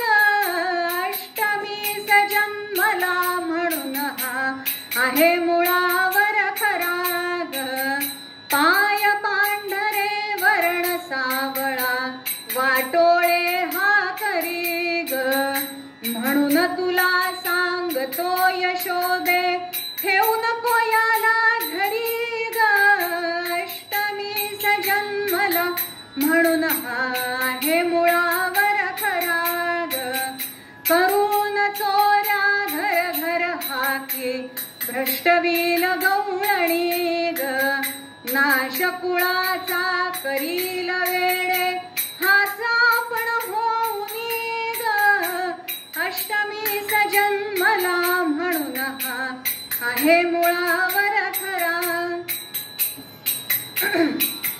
असे कारटे कुणान झाले दूर या सगळे कराग, दास गणू म्हणे उभा राहिला तो हा पंढरपुराग, अष्टमी सजन्मला म्हणून हा आहे मुळावर खराग. अष्टमीच्या तिथीवरती हा जन्माला आलाय, त्यातून मध्यरात्री जन्माला आलाय. हा मुळावरती आहे म्हणे तुमच्या सगळ्यांच्या. स्वतःला तर स्वतःचा तर नाश करेलच करेल, अख्ख्या गोकुळाचा नाश करेल. एक काम करा म्हणे, तुमच्या नवऱ्यांना तिकडे जंगलात पाठवा, 4 माणसं खोल खड्डा खणा, त्यात खाली सगळे काटे रचा, त्याच्यावर या कार्ट्याला पालथा घाला, त्याच्यावरती 2-4 जाते टाका आणि त्यावरती द्या म्हणे माती लोटून. दुसरा काहीही पर्याय नाही. ते ऐकलं मात्र गोपी ज्या काही संतापल्या, म्हणून म्हणाल मेल्या म्हणे, तुला चांगलं काहीतरी सांगायला सांगितलं, तू आमच्या लेकराला जिवंत पुरायला सांगतो, तुझ्या जिभेला काही हाड. आणि त्या संतापात हाताला येईल ते लाटणं, सराटे, काठ्या, गोवऱ्या, जे काही येईल त्याचा जो काही म्हणून अभिषेक चालू झाला तर जोशी बुवांवरती. बलराम दादा हळूच कृष्णाला म्हणतात, कृष्णा मामाचा पाहुणा आलाय म्हणे, काही जरा आहेर वगैरे करून पाठवा. भगवंतांनी लीला केली, आता ह्या जोशीबुवाची सुटकाच व्हायला तयार नाही. खालचा पाठ खाली आणि पाठीचा पाठ पाठीला, असा जो काही चिकटला, उठता येईना, बसला तो वरचा काही मार थांबायला थांबेना. कसं तरी करत जीव मुठीत धरून जे पळत सुटले ते फक्त वेशीपर्यंत गेला आणि पूतनेप्रमाणे तिथंही त्याचं भगवंताने कल्याण केलं. गोपाल कृष्ण भगवान की जय. महाबळ भटाची लाविली वाट, पूतने परीच हरिने नीट, भक्तास पडता संकट, देव निजांगे ते वारी. देवाला काय अशक्य आहे हो. असो, रोज काही ना काहीतरी चालू, रोज काही ना काहीतरी चालू. आणि आता असं झालं की सगळ्यांच्या ते सवयीचं झालं. सगळ्यांना माहिती आपला कृष्ण काही साधा सुद्धा नाहीये, चमत्कारिक बालक आहे. त्यामुळे आता बाकीच्या गोष्टींकडे लक्ष देऊ नका, आता फक्त त्याच्याकडे लक्ष द्या. आणि मग काय सांगता, सकाळी उठावं सूर्योदयाच्या आधी आणि दूध काढायला जात असतील, शेण गोळा करायला जात असतील, जे काही काम असेल, पाणी भरायला जात असतील, जाताना हळूच डोकवायचं, का ग यशोदे कृष्ण उठला का ग.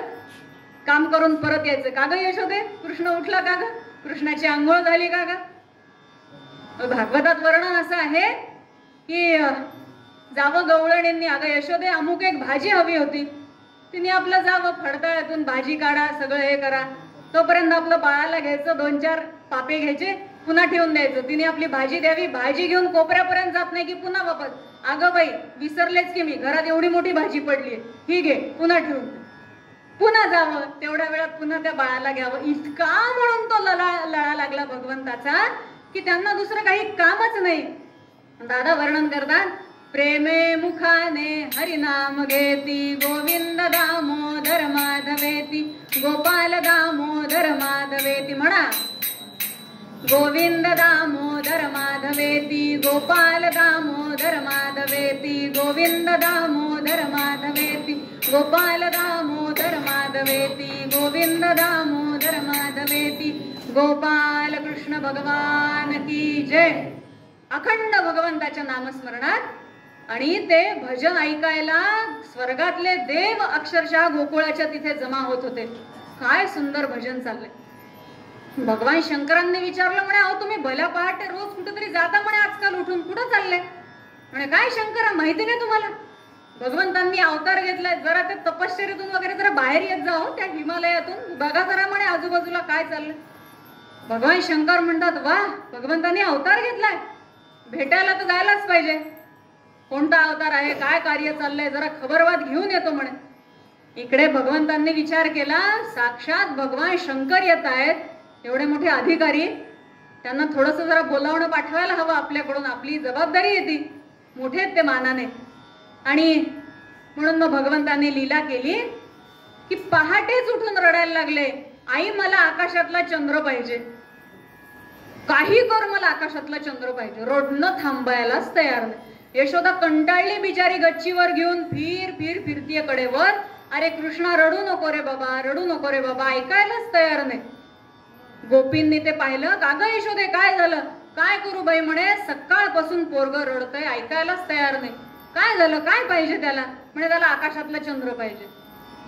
अगं एवढं काय, थोडासा काहीतरी खाऊ द्यायचं आणि गप्प करायचं. अगं म्हणे खाऊ देऊन पोट पाय म्हणे किती भरलंय, तरी शांत बसायला तयार नाही. काय करावं म्हणे. आमचे आप्पा वरदानंद भारती सांगायचे यावेळेला की जे लेकरू खाऊच्या लालसेने रडणं थांबवतं, आपला हट्ट थांबवतं, ते पुढे चालून नक्कीच लाचखोर अधिकारी होणार आहे. धरून चाला म्हणे तुम्ही आता. संतुष्टता नकोय. मुलांनी हट्ट केलाच पाहिजे. हट्ट हा मुलांनी केलेला चांगला दिसतो बरं का, हेही त्यात अजून महत्वाचं. हट्ट हा मुलांनीच केलेला चांगला दिसतो, गोड वाटतो, तो पुरवायलाही छान समाधान वाटतं. मग तो त्यांचा अधिकार आहे, तो त्यांनी तो करायला हवा. झालं, भगवान काही ऐकायला तयार नाहीत. शेवटी एक चिडून म्हणली, अगं 2 थोबाडी दे म्हणे, आत्ता शांत बसतं. अगं मारून मारून माझे हात दुखायला लागले, या पोराला काही पडेल म्हणे त्याचं. गप्पच बसायला नाही, अजून मोठ्याने भाय करून आवाज काढतोय म्हणे. काही नाही, आपला एकच चंद्र पाहिजे. आता कसा आणून देऊ म्हणे याला चंद्र? म्हणे माझ्याकडे एक युक्ती आहे म्हणे. कोणती? एक काम कर, परातीत पाणी घेऊन ये म्हणे, त्याच्यात आपण चंद्राचं प्रतिबिंब दाखवू आणि मग हे बघ हा चंद्र. भगवान म्हणतात ते जुनं झालं, ते मागच्या अवतारातलं होतं. आता हे नवीन एडिशन आहे ना, सुधारित आवृत्ती, ते चालत नसतं म्हणे. इकडं नवीन व्हर्जन अपडेट करावं लागतं प्रत्येक वेळेला, नाही तर बंद पडतं म्हणे मग सगळं सिस्टीमच. ते जमत नाही म्हणे परातीतला चंद्र वगैरे, ते काय, मला तोच पाहिजे. आता मात्र हद्द झाली म्हणे कृष्णा. शेवटी एक गोपी समोर आली. हे बघ म्हणे कृष्णा, बागुलबुवा येतो बरं का म्हणे या वेळेला. पोरं रडायला लागली की त्यांना झोळीत टाकतो आणि घेऊन जातो म्हणे. आता भगवंताला हेच पाहिजे होतं. तिने आपलं त्या कृष्णाला उचललं, दारात ठेवलं. सगळ्यांना म्हणे चला ग दारामागे लपा, बघू म्हणे काय करतो. येईल म्हणे कोणीतरी एखादं गोसावडा विसावडा, त्याला बघितलं की बसेल म्हणे गप्प. या हो बागुलबुवा. झालं, शंकरांना साक्षात आमंत्रण मिळालं. आले, बघितलं भगवंताकडे. वा वा वा, काय आनंद झाला दोघांना एकमेकांना बघून. आणि कृष्णाकडे बघतायत आणि कृष्ण असे खद खद खद खद हसायला लागले. गोपी म्हणतात काय चमत्कारिक कार्ट आहे बाई, त्याला बघून हसतोय म्हणे. मला वाटलं घाबरून गप्प बसेल, हे उलटच आहे म्हणे सगळं प्रकरण. झालं, भगवान शंकरांनी हात केले. भगवान शंकरांनी हात केले की कृष्ण भगवानांनी जी झडप घेतली त्यांच्याकडे आणि हरी आणि हराची भेट झाली. कृष्ण भगवान गुप्त झाले. ते पाहिलं की गोपीचे संतापल्या, आल्यानं चौताळून बाहेर, ए गोसावड्या आमचं लेकरू टाक म्हणे. अरे काय लेकरू टाक, तुम्ही तर म्हणले आता घेऊन जा म्हणून. अरे काय उन्हात पिकले काय म्हणे तुझे सगळे. अरे आई लेकराला मर मेल्या म्हणते, म्हणजे ते काय खरंच त्याला मरायला सांगते म्हणे ती. अरे आईनी मर म्हणणं म्हणजे कितीतरी आयुष्यमान भव या आशीर्वादापेक्षा कितीतरी पटीने मोठा आशीर्वाद आहे म्हणे तो. तुला काय कळायचं म्हणे, आईचं प्रेम येते. आई लागे घेऊन जावळे काय खरंच घेऊन जाणार का काय, टाक म्हणे आमचं पोर. शेवटी भगवान म्हणतात असं आहे देवा, आपली भेट झाली, समाधान झालं, जाऊ द्या ना म्हणे कशाला, थांबा हो म्हणे थोडीशी गंमत. देत नाही म्हणे तुमचं पोरग, जा काय करता. काय करता, निघाले पुन्हा शस्त्र आपले ठरलेले, लाटणे सराटे काठ्या, आणि जो काही भडीमार झाला भगवान शंकरांवरती. कृष्ण भगवान म्हणतात देवा कशाला मार खाताय. अहो काय सांगू देवा म्हणे, हिमालयात बसून बसून सगळं अंग आखडलं होतं, जरा मोकळं चाकळ झालं, आता छान वाटतंय म्हणे, काही हरकत नाही. चला ती ही लीला भगवंतांनी आवरून घेतली. रोज काही ना काहीतरी चालू, रोज काही ना काहीतरी चालू. आणि प्रत्येक गोपीने ते त्याचे लाड करावे आणि भगवंतांनी काहीतरी खोडी काढावी. तक्रार मात्र जायची यशोदेकडे, पण गोपींचं प्रेम त्याच्यामध्ये काही कमी होत नव्हतं. भगवंतांनी घरोघरी जावं, दूध दही लोणी त्यांचं सांडावं, खावं, काय वाटेल ते. एका गुजराती गवळणीचं वर्णन आहे यात की ती घेऊन जाते कृष्णाला घरी. नवीन नवीन लग्न झालेलं असतं, लहान मुलांची आवड. यशोदे घेऊन जाते कृष्णाला. ती म्हणे बाई घेऊन जा, पोरग फार आगाऊ आहे बरं का माझं, मी आत्ताच सांगायला. काही खोडी केली तर पुन्हा माझ्याकडे तक्रार घेऊन यायची नाही. मी कंटाळले म्हणे रोजच्या तक्रारी घेऊ याच्या. अहो नाही, मला आवड आहे लहान मुलांची, मी सांभाळते, काही काळजी करू नका. केल्या तर केल्या खोड्या, लहान लेकरू करणार नाही तर कोण करणार आहे. देव म्हणे बर, काही हरकत नाही. घेतलं कडेवरती कृष्णाला, गेली गवळण घरी. दाराची कुंडी उघडली बैठकीमध्ये, तेव्हा काही कपाट, लॉकर, तिजोऱ्या वगैरे नव्हतं. नवऱ्याने नवी शालू आणला होता, त्याची अशी घडी घालून खुंटीला लटकवून ठेवला होता. कडेवर कृष्ण, लक्ष शालूत. संध्याकाळी शालू घालून फिरायला जायचंय, सांगितलंय स्वारींनी, जाऊत बर का, तयार हो. थोडा वेळ बाळाला खेळवते, नेऊन सोडते आणि मग तयार होते. मनात विचारतोच. भगवंत म्हणतात अगं मी कडेवर तुझ्या एवढा, तुझ्या साक्षात मी समोर उभा आहे आणि तुला ते शालूची पडली. आता काय करू म्हणे. पुन्हा नारद म्हणतात तुम्ही उद्धार करत नाही. आता कसा उद्धार करणार, यांचं जर चित्तच नाही माझ्यामध्ये तर मी यांचा उद्धार करू कसा. भगवान म्हणे आता काही खरं नाही, यांना शिकवायलाच पाहिजे धडा. काय ग म्हणे, काय बघते सारखं तिकडे. अरे कृष्णा, यांनी नवीन शालू आणलाय, संध्याकाळी नेसून जायचंय. छान आहे की नाही. अगं इथून दिसत नाही, जरा दे बरं बघू म्हणे कसं आहे. हे घे, दिला तिने. बरं असू दे, तू जरा माझ्यासाठी दूध गरम करून आण. गेली बिचारी. आता तेव्हा काही गॅस नव्हता, लावलं लायटर, आलं दूध उकळून. चूल पेटवायची असायची, भरपूर असायचं. ते होईपर्यंत या महाराजांनी शालूच्या या काठापासून त्या काठापर्यंत एक सारख्या पट्ट्या केल्या उभ्या आणि सगळ्या त्या चिंध्यांमध्ये भगवान खेळतायत. थोड्या वेळाने ही दूध गरम करून आली आणि तसाच तो हातातला ग्लास खाली पडला. कृष्णा हे काय रे. अगं हे काय, तुझ्या नवऱ्याने एक शालू आणला होता, मी बघ किती आणले तुझ्यासाठी, नेस आता शालू. अशी काही संतापली म्हणता एका हातात त्या चिंध्या, एक कडेवरती त्याला घेतलं आणि नीट निघाली यशोदेकडे. यशोदे हे तुझं पोरग.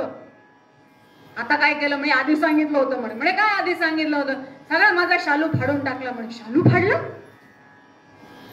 असा कसा शालू फाड. आता तेव्हाची वीण ती जुन्या काळची पक्की वीण, असं कसं शालू फाडला, शक्यच नाही म्हणे. हे बघ म्हणे मी चिंध्या घेऊन आले. काय रे कृष्णा, शालू फाडलास. आई ग, माझे हात किती छोटे छोटे, मी ओलूस बाल आणि मी तो शालू फाडणार आहे. तू काय तिच्याकडे लक्ष देते म्हणे. कशाला तरी अडकला असेल, पोच लागला असेल, झाल्या असतील म्हणे चिंध्या. मला काय तू विचारते म्हणे दटावून. तू मला सांग म्हणे, परवाच्या दिवशी हाराचा दोरा माझ्या पायात अडकला, मी किती जोरात पडलो म्हणे खाली. साधा तो हाराचा दोरा मला काढता येईना, तोडता येईना, तू काढून दिला तेव्हा माझी सुटका झाली. ती म्हणे अगं बाई खरंच की, त्याच्याने नाही ग फाटणार. पण आता ती तर म्हणते फाडला, काय करते बाई, जाऊ दे, ही घे माझी नवी कोरी पैठणी घेऊन जा म्हण. भगवान म्हणाले करायला गेलो एक झालं माझ्याच घरचं नुकसान. माझ्याच आईची पैठणी गेली म्हणे. रोज काही ना काहीतरी खोड्या चालू, रोज काही ना काहीतरी खोड्या चालू. करायचं काय सगळे जण. पण एक वैशिष्ट्य भगवंताच्या लीलेचं, की कितीही भगवंतानी खोड्या कराव्या, त्यांच्याबद्दलचं प्रेम काही कोणाचं कमी झालं नाही. रोज आपल्या गप्पांचा विषय एकच, का ग आपला कृष्ण शाळेत जाईल, आपल्या कृष्ण लिहायला शिकेल, वाचायला शिकेल. आपण काय करू, जर माझा कृष्ण लिहायला शिकला, वाचायला शिकला, मी त्या शाळेच्या पंतोजीला घोडा आणून देईन, मी त्या शाळेतल्या पंतोजीला शालजोडी करीन बर का. एक गवळण म्हणते अगं आपले महाराज जाणार आहेत का शाळेत, आधी विचारा म्हणे.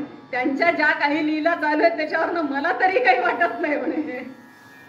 असो, रोज असं चालू, रोज असं चालू. एक दिवस सगळ्या आपल्या सवंगड्यांना एकत्र केलं भगवंतानी. सगळे सवंगडी एकत्र झाले. प्रत्येकाच्या हातापायाच्या काड्या, पोटाचे नगारे, डोक्याचे हांडे. काय रे म्हणे या तब्येती. अरे गवळ्याच्या घरचे पोरं ना म्हणे तुम्ही. घरात एवढं दूध दुःख, घरात तुमच्या दूध तूप ताक लोणी एवढं सगळं छान. देवा काय असतं म्हणे ते लोणी तूप, कसं लागतं म्हणे. तुम्हाला माहित नाही म्हणे लोणी तूप कसं लागतं, खात नाही तुम्ही. नाही. आणि मग ते एवढं घरात बनतं ते जातं कुठं, मार्केट मथुरेला जातं म्हणे. सगळं सकाळीच जातं म्हणे, इन कॅश होऊनच येतं म्हणे डायरेक्ट. आणि मग त्याचं काय म्हणे, नवीन गाई वाड्यावरून वाडे ते चाललंय म्हणे. अरे काय दुर्दैवी म्हणे संस्कृती आली सगळी. आपल्या घरचं आपल्या लेकरांना सोडून तुम्ही दुसऱ्यांची पोटं भरताय, ते काही नाही म्हणे. त्याच्यावर आधी अधिकार आपला. गाईच्या दुधावर पहिला अधिकार वासराचा, नंतर आपला. तसंच आहे आपण गवळी आहेत म्हणे, आपला पहिला अधिकार आहे लोण्यावर, दह्यावर, तुपावर, दुधावरती, टाकावरती. उरलं सुरलं तर ते बाजारात विकतील म्हणे. म्हणे मग करायचं काय, मिळत तर नाही म्हणे, कडकडोड बंदोबस्त असतो म्हणे. असं कसं मिळत नाही? एक काम करा म्हणे, सगळेजण मारुतीच्या पारावर जमा म्हणे, लांब दोरी घेऊन या बारीक. झालं, पोरं जमा झाले, एक त्या बाजूला एक या बाजूला, हातात दोर. मी शिट्टी वाजवली की थोडीशी दोरी वीतभर उंच करायची. ती दोरी उंच केली की गवळणी त्या दोरीला अडकून पडतील, त्यांच्या डोक्यावरचे सगळे माठ फुटतील. ते दूध, तूप, ताक, लोणी जे काही आहे ते प्राशन करा आणि तिथून पळ काढा. आणि झालं, हे सगळ्या लीला चालू. गवळणी अक्षरशः कंटाळून गेल्या. करायचं तर काय करायचं, या कृष्णाला धाकच नाही कशाचा. शेवटी त्या सगळ्यामध्ये मार्ग असा निघाला की यशोदे, आता तू काही याला घरी ठेवू नकोस म्हणे, आता याला तू रानात पाठव. रानात जाईल, गुऱ्या ढोळ्यांना चारायला, थकून भागून येईल, स्वतःही झोपेल आणि आपल्यालाही झोपू देईल म्हणे. झालं, ठरलं. भगवंताला रानात पाठवायचं ठरलं. आणि काय म्हणून त्यांच्या सगळ्या सवंगड्यांना आनंद झाला. वा वा वा वा. एक छोटासा प्रसंग सांगते, त्याच्या आधीचा उशीर होतोय माहिती आहे की गणपतीचं व्रत करायला म्हणून सांगतात यशोदेला. थोडासा तो महत्वाचा वाटतो म्हणून तर ते व्रत यशोदा करते. भगवंत काही दिवसांसाठी खोड्यात गुंडाळून ठेवतात. ते सगळं काही संकष्टी चतुर्थीचं व्रत पारणं जे आहे, म्हणजे नवसाला पावल्यानंतरचं जे काही पारणं असतं, त्या पारण्याची योजना झालेली असते. 1.25 खंडीचा नैवेद्य बनलेला असतो. आणि त्या ठिकाणी पूजा सुरू असताना भगवंताच्या लीलेने सगळा अग्नी शांत होतो. तो अग्नी प्रज्वलित करेपर्यंत सगळा काही नैवेद्य जो आहे हे सगळे गोप प्राशन करून घेतात. आणि यशोदा म्हणते, मला माहिती म्हणे कृष्णा, जो काही प्रसाद आहे तू एकट्याने खाल्लेला आहेस, तोंड उघड असं म्हणून जी काही तोंडात देते आई यशोदा त्यांच्या. आणि भगवंत आ करतात. आ केल्यानंतर त्यांच्या मुखामध्ये अखिल ब्रह्मांड, त्या ब्रह्मांडामध्ये आपली पृथ्वी, त्या पृथ्वीवरती आपलं गोकुळ, त्या गोकुळातलं नंदाचं घर, नंदाच्या घरात असणारा गणपती. आणि तो गणपती यशोदेला सांगतोय, गणे गणपती सांगे यशोदेसी, मूल लेखू नको यासी, हा अखिल ब्रह्मांडासी समर्थ झाला निज लीले. अगं अख्ख्या ब्रह्मांडाला ह्याने निर्माण केले, याला तू साधं सुद्धा मूल समजू नको. भगवान म्हणतात, गणोबा आता कुठं मार खायला सुरुवात झाली, आगाऊ चाहड्या करू नका. भगवंताने सगळी माया ओरून घेतली, त्या सगळ्या गोष्टीचा विसर पडला, ते संकष्टी व्रत पार पडलं. अशी ती छोटीशी कथा आहे. असो, भगवंताला रानामध्ये पाठवायला सुरुवात झाली. आणि रानात जाऊन भगवंत करतायत काय, तर सगळ्यांना एकत्रित घेऊन छान ते खेळ खेळायला लागलेत. सगळ्यांनी सोबत आणलेली जी शिदोरी आहे ती सगळी शिदोरी एकत्र करण्यात आली. आपण इथे प्रतिकात्मक स्वरूपात जो काही काला आहे तो एकत्र करूया. भगवंताने सगळ्या नद्यांना एकत्रित केलं आणि सगळ्या नद्या गायीचं रूप घेऊन तिथे आल्या. सोबतचे जे गोप होते त्या सगळ्यांनी मिळून वेगवेगळे खेळ खेळले. आता आमच्या दासगणू परंपरेप्रमाणे अनेक खेळ आहेत. त्यात फुगडी आहे, हमामा आहे, रणघोडा आहे, हातकोपर आहे, पिंगा आहे, अनेक खेळ. आमच्याकडे जेव्हा गोरट्याला किंवा इतर ठिकाणी जे कीर्तन होतात काल्याचे, तेव्हा सगळेजण मिळून मोठ्या रिंगण करतात आणि त्यामध्ये हे खेळ खेळतात. आज वेळेची थोडीशी आपल्याकडे जरा कमतरता आहे. एक दुसरी जर फुगडी घेतली तर छान वाटेल असं मला वाटतं की थोडीशी आपण भगवंताचं नाम घेऊया, फुगडी करूया आणि फुगडी झाली की दहीहंडी फोडूया. एक 5 मिनिटं फक्त.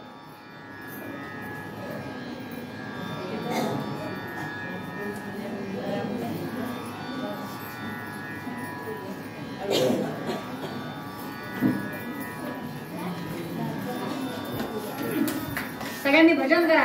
राधा कृष्ण जय कुंज बिहारी मुरलीधर गोवर्धनधारी. राधा कृष्ण जय कुंज बिहारी मुरलीधर गोवर्धनधारी. राधा कृष्ण जय कुंज बिहारी मुरलीधर गोवर्धनधारी. राधा कृष्ण जय कुंज बिहारी मुरलीधर गोवर्धनधारी. राधा कृष्ण जय कुंज बिहारी मुरलीधर गोवर्धनधारी. राधा कृष्ण जय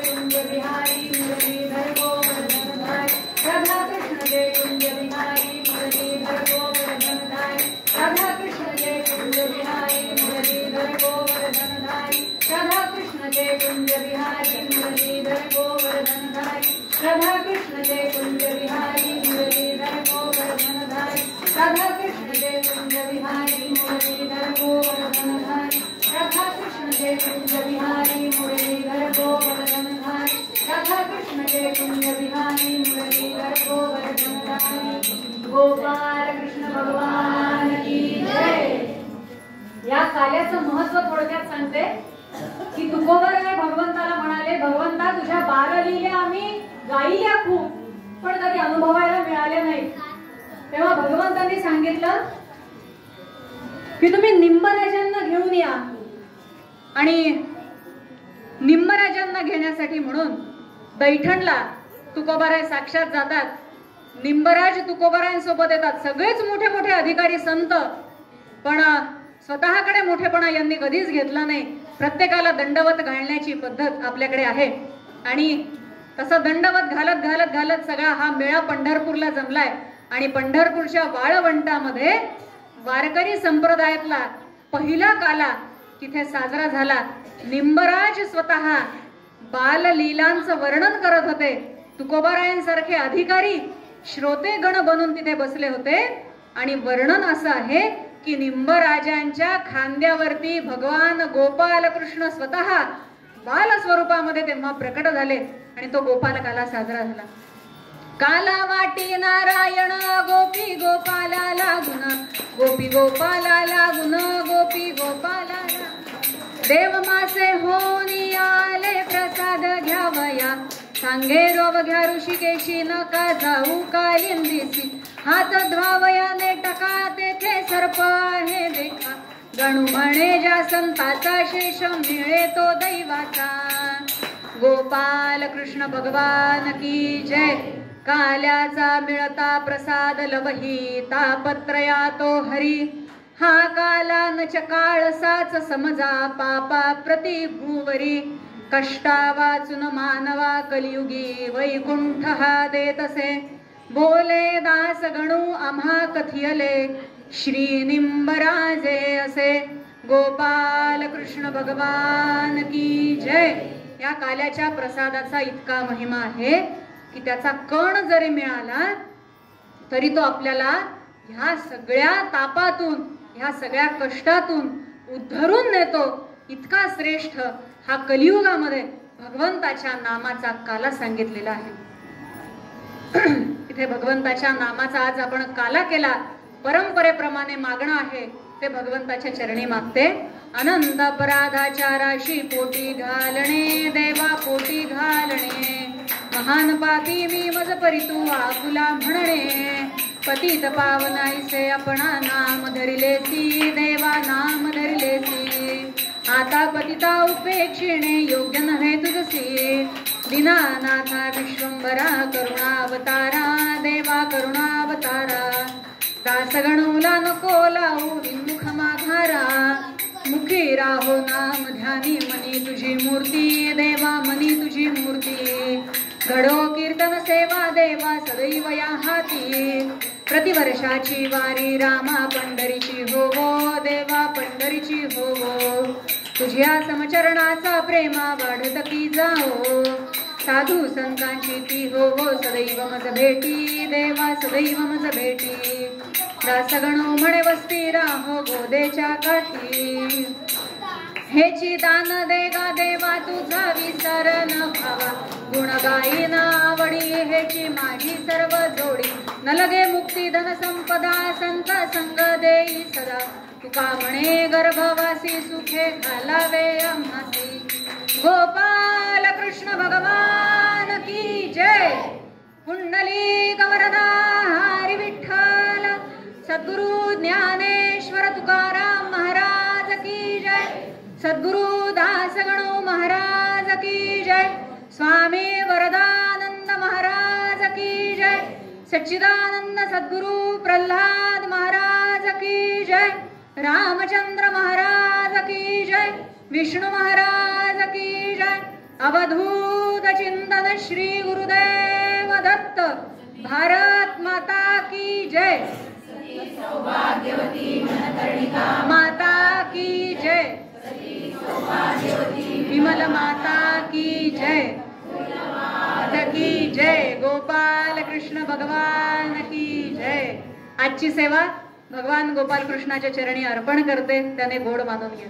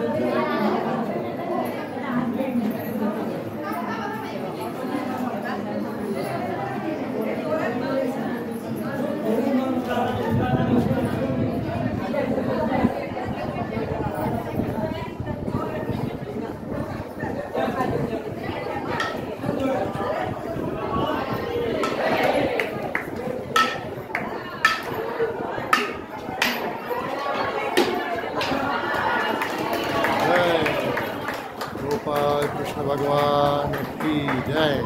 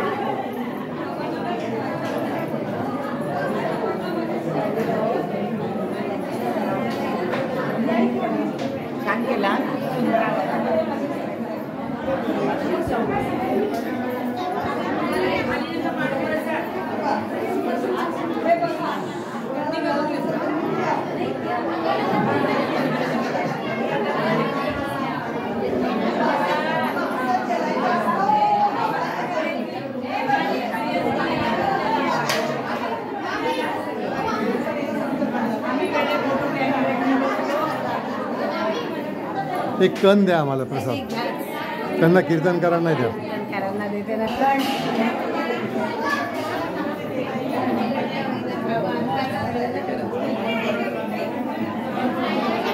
वर्णन पूर्ण सांगता नाही आलं. हा काला जो भगवंतासोबत सगळ्यांनी खाल्ला, देव स्वर्गातले मासे बनून यमुनेत आले होते. हे पोरं हात धुतील तर तो फळ तरी आपल्याला मिळेल. देव म्हणे फुकट नाही चालणार. पोरांना सांगितलं हिंदू का कानन बाबांना एक कण द्या. आपल्या आपल्या उपकरणाला हात पुसाल. तुम्हाला हे पाहिजे प्रसाद भेटला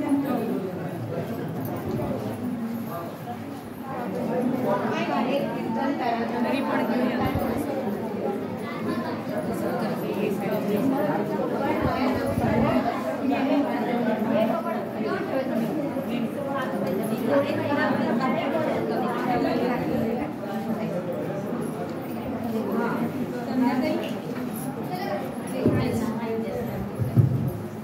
सर्वांनी थोडं लक्ष द्यावं. एक 5 मिनिटाचा कार्यक्रम आहे.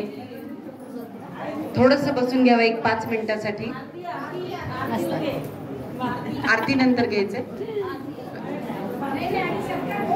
हा सत्कार करून घेऊन मग आरतीला उभे तुम्हाला बरं खापर ठेवतात, घरी ठेवतात.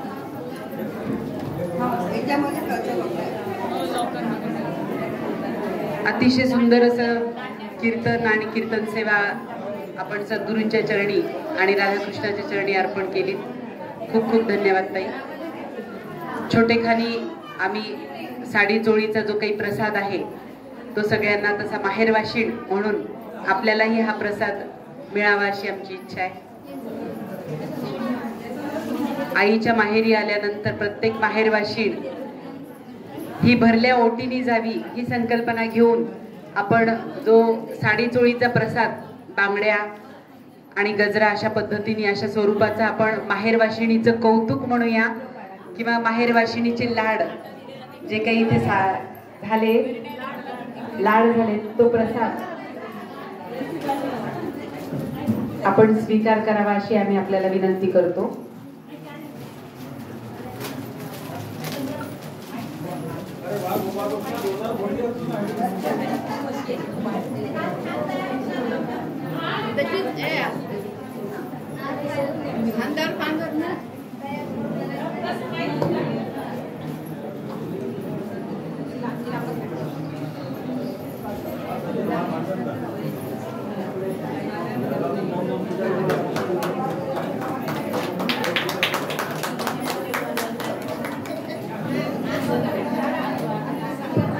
खूप धन्यवाद, खूप खूप धन्यवाद ताई. अशीच आपली कीर्तन सेवा वृद्धिंगत होत राहो आणि आम्हालाही पुन्हा पुन्हा लाभ व्हावा अशी आम्ही सद्गुरुचरणी प्रार्थना करतो. अरे मला येऊ द्या.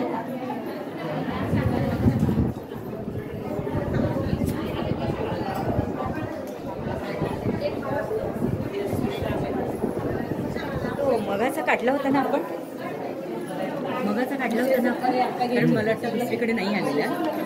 पूर्ण व्हिडिओ शूट केला.